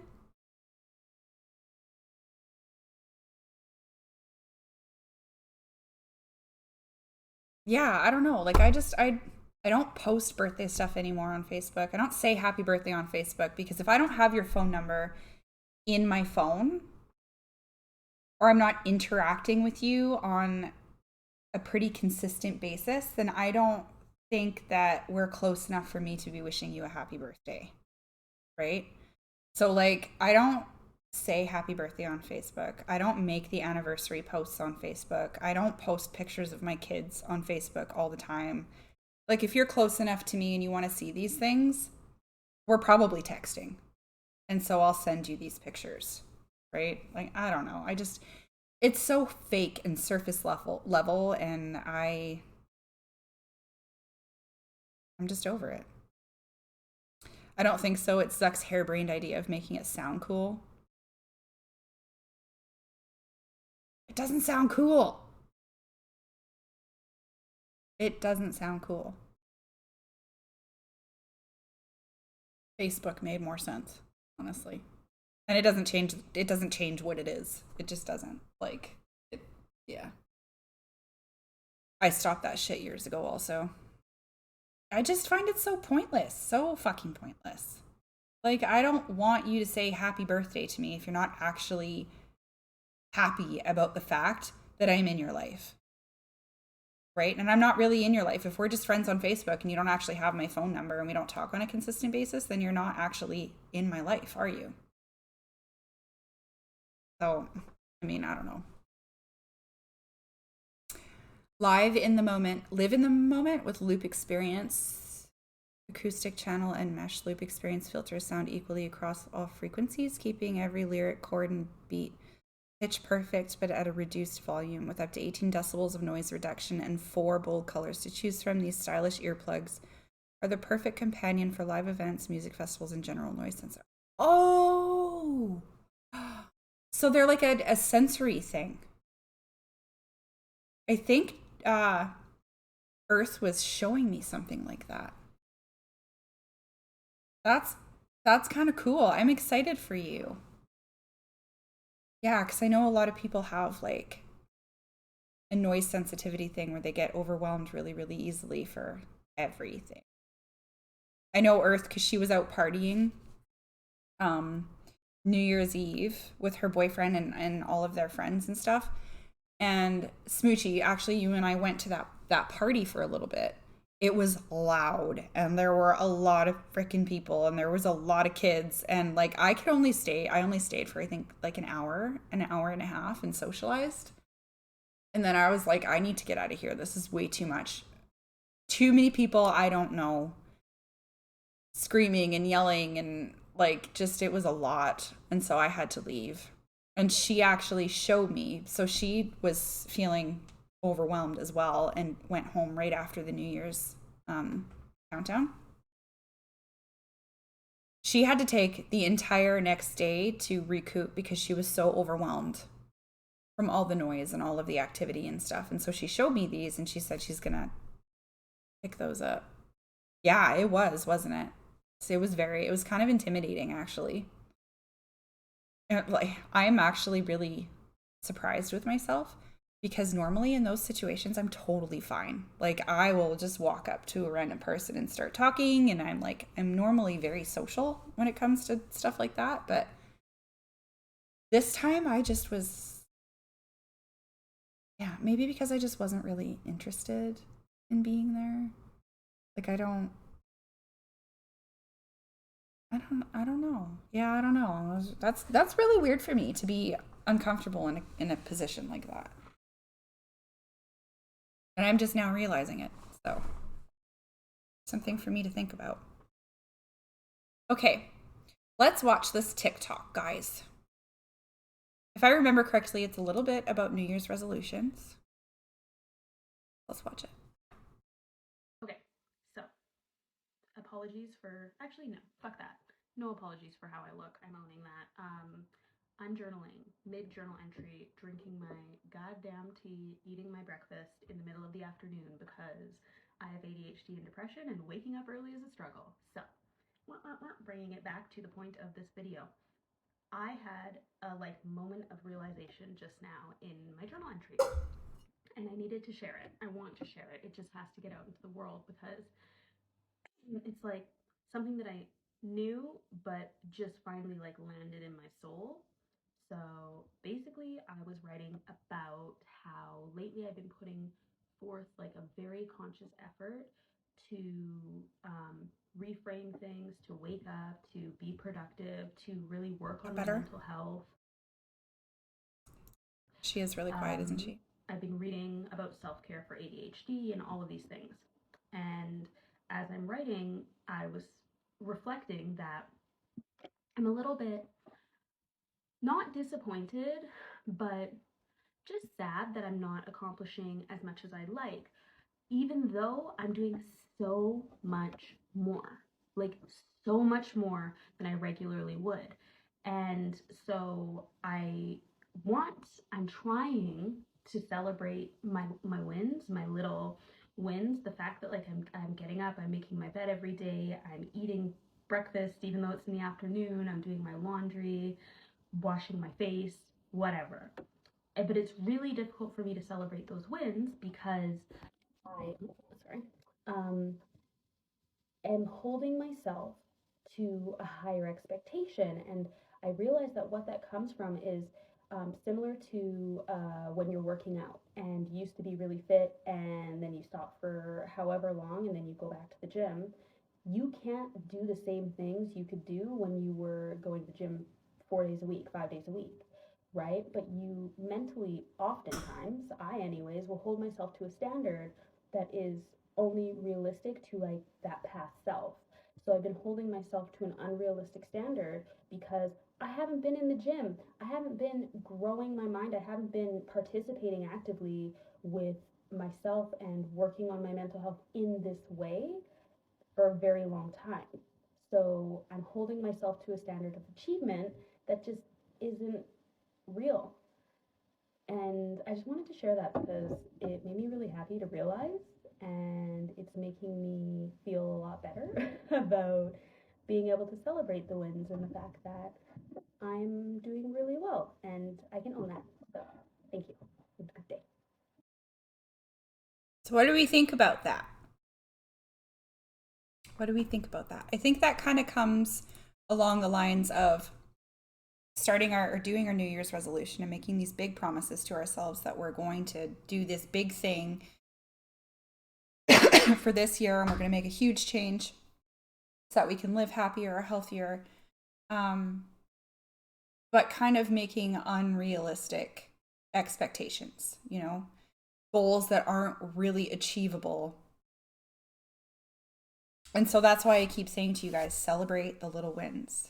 Take it step by step, one little step at a time, because the little wins help us build momentum to the big things so that we can accomplish those big things and it's not too taxing on us. That's the mistake I've made in the past. I always look towards the end goal. Makes complete sense.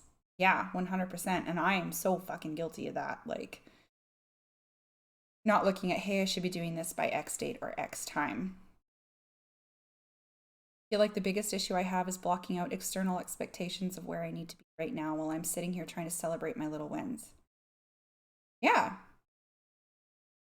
Especially the big ones, like you should own a house by this time, or you should be this far in your career by this time, or you should be making this amount of money by your this age, right? Like those are just societal expectations. And really, we're only 30. What is the fucking point of working ourselves to the bone right now? Like we don't need to have it all figured out right now. It will come with time and we will get there. We have 60 more years, 50 more years. And the way I see it is if I were to die tomorrow, did I do what made me happy? Did I live my life, the life that I had, in a happy way? Or was I always tired? Was I constantly exhausted? Was I always fighting for something more?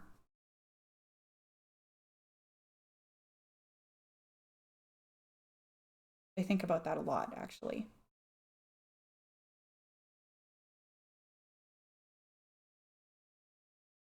I don't think it's fair of ourselves to put we have to have this done by this time, because we don't know what life has in store for us. We don't know where we're going to be. And that's also exciting to me. Like the future. Where are we going to be in the future? What's going to happen for us? I think that the big thing that we need to focus on is the little wins, especially if there's a large goal that we're trying to get to. Take small steps every day to slowly get yourself there instead of taking it all on at once, because that's in my perspective and in my experience, that's where I've failed. Always looking at the big picture and feeling so overwhelmed about how I'm going to get there, the changes I have to make to get there, instead of just taking the little steps every day to make the changes and building off of those little wins.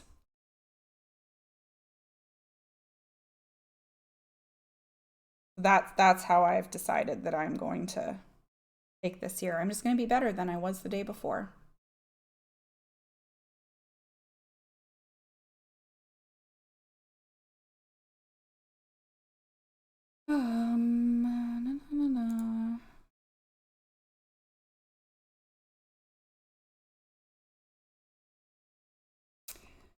So in light of everybody telling me that they did not do any self-care over the past 3 weeks, you have extra self-care homework this time. So for next week's Mental Health Monday, I want everybody to tell me what they did for self-care. Like even just one little thing. Lexi, speaking to you, this includes cooking if it makes your heart happy. If you look forward to doing it, if it has you feeling refreshed at the end of it, it is self-care. Cook that fucking meal. Okay? Just do it. Who should we raid, guys?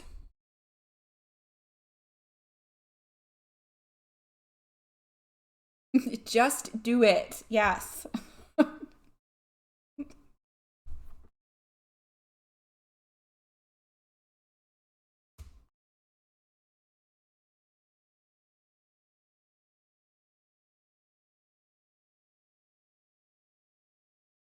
You are one to talk. I self-cared for once. What did you do for self-care, Shorzy? What was that? Did you talk about the snowboarding? Or the hanging out with the friends?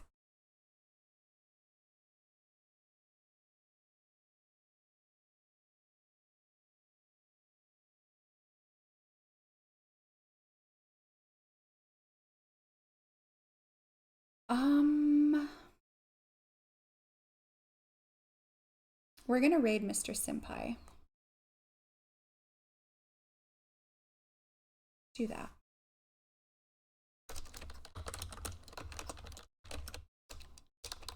If I could spell it properly.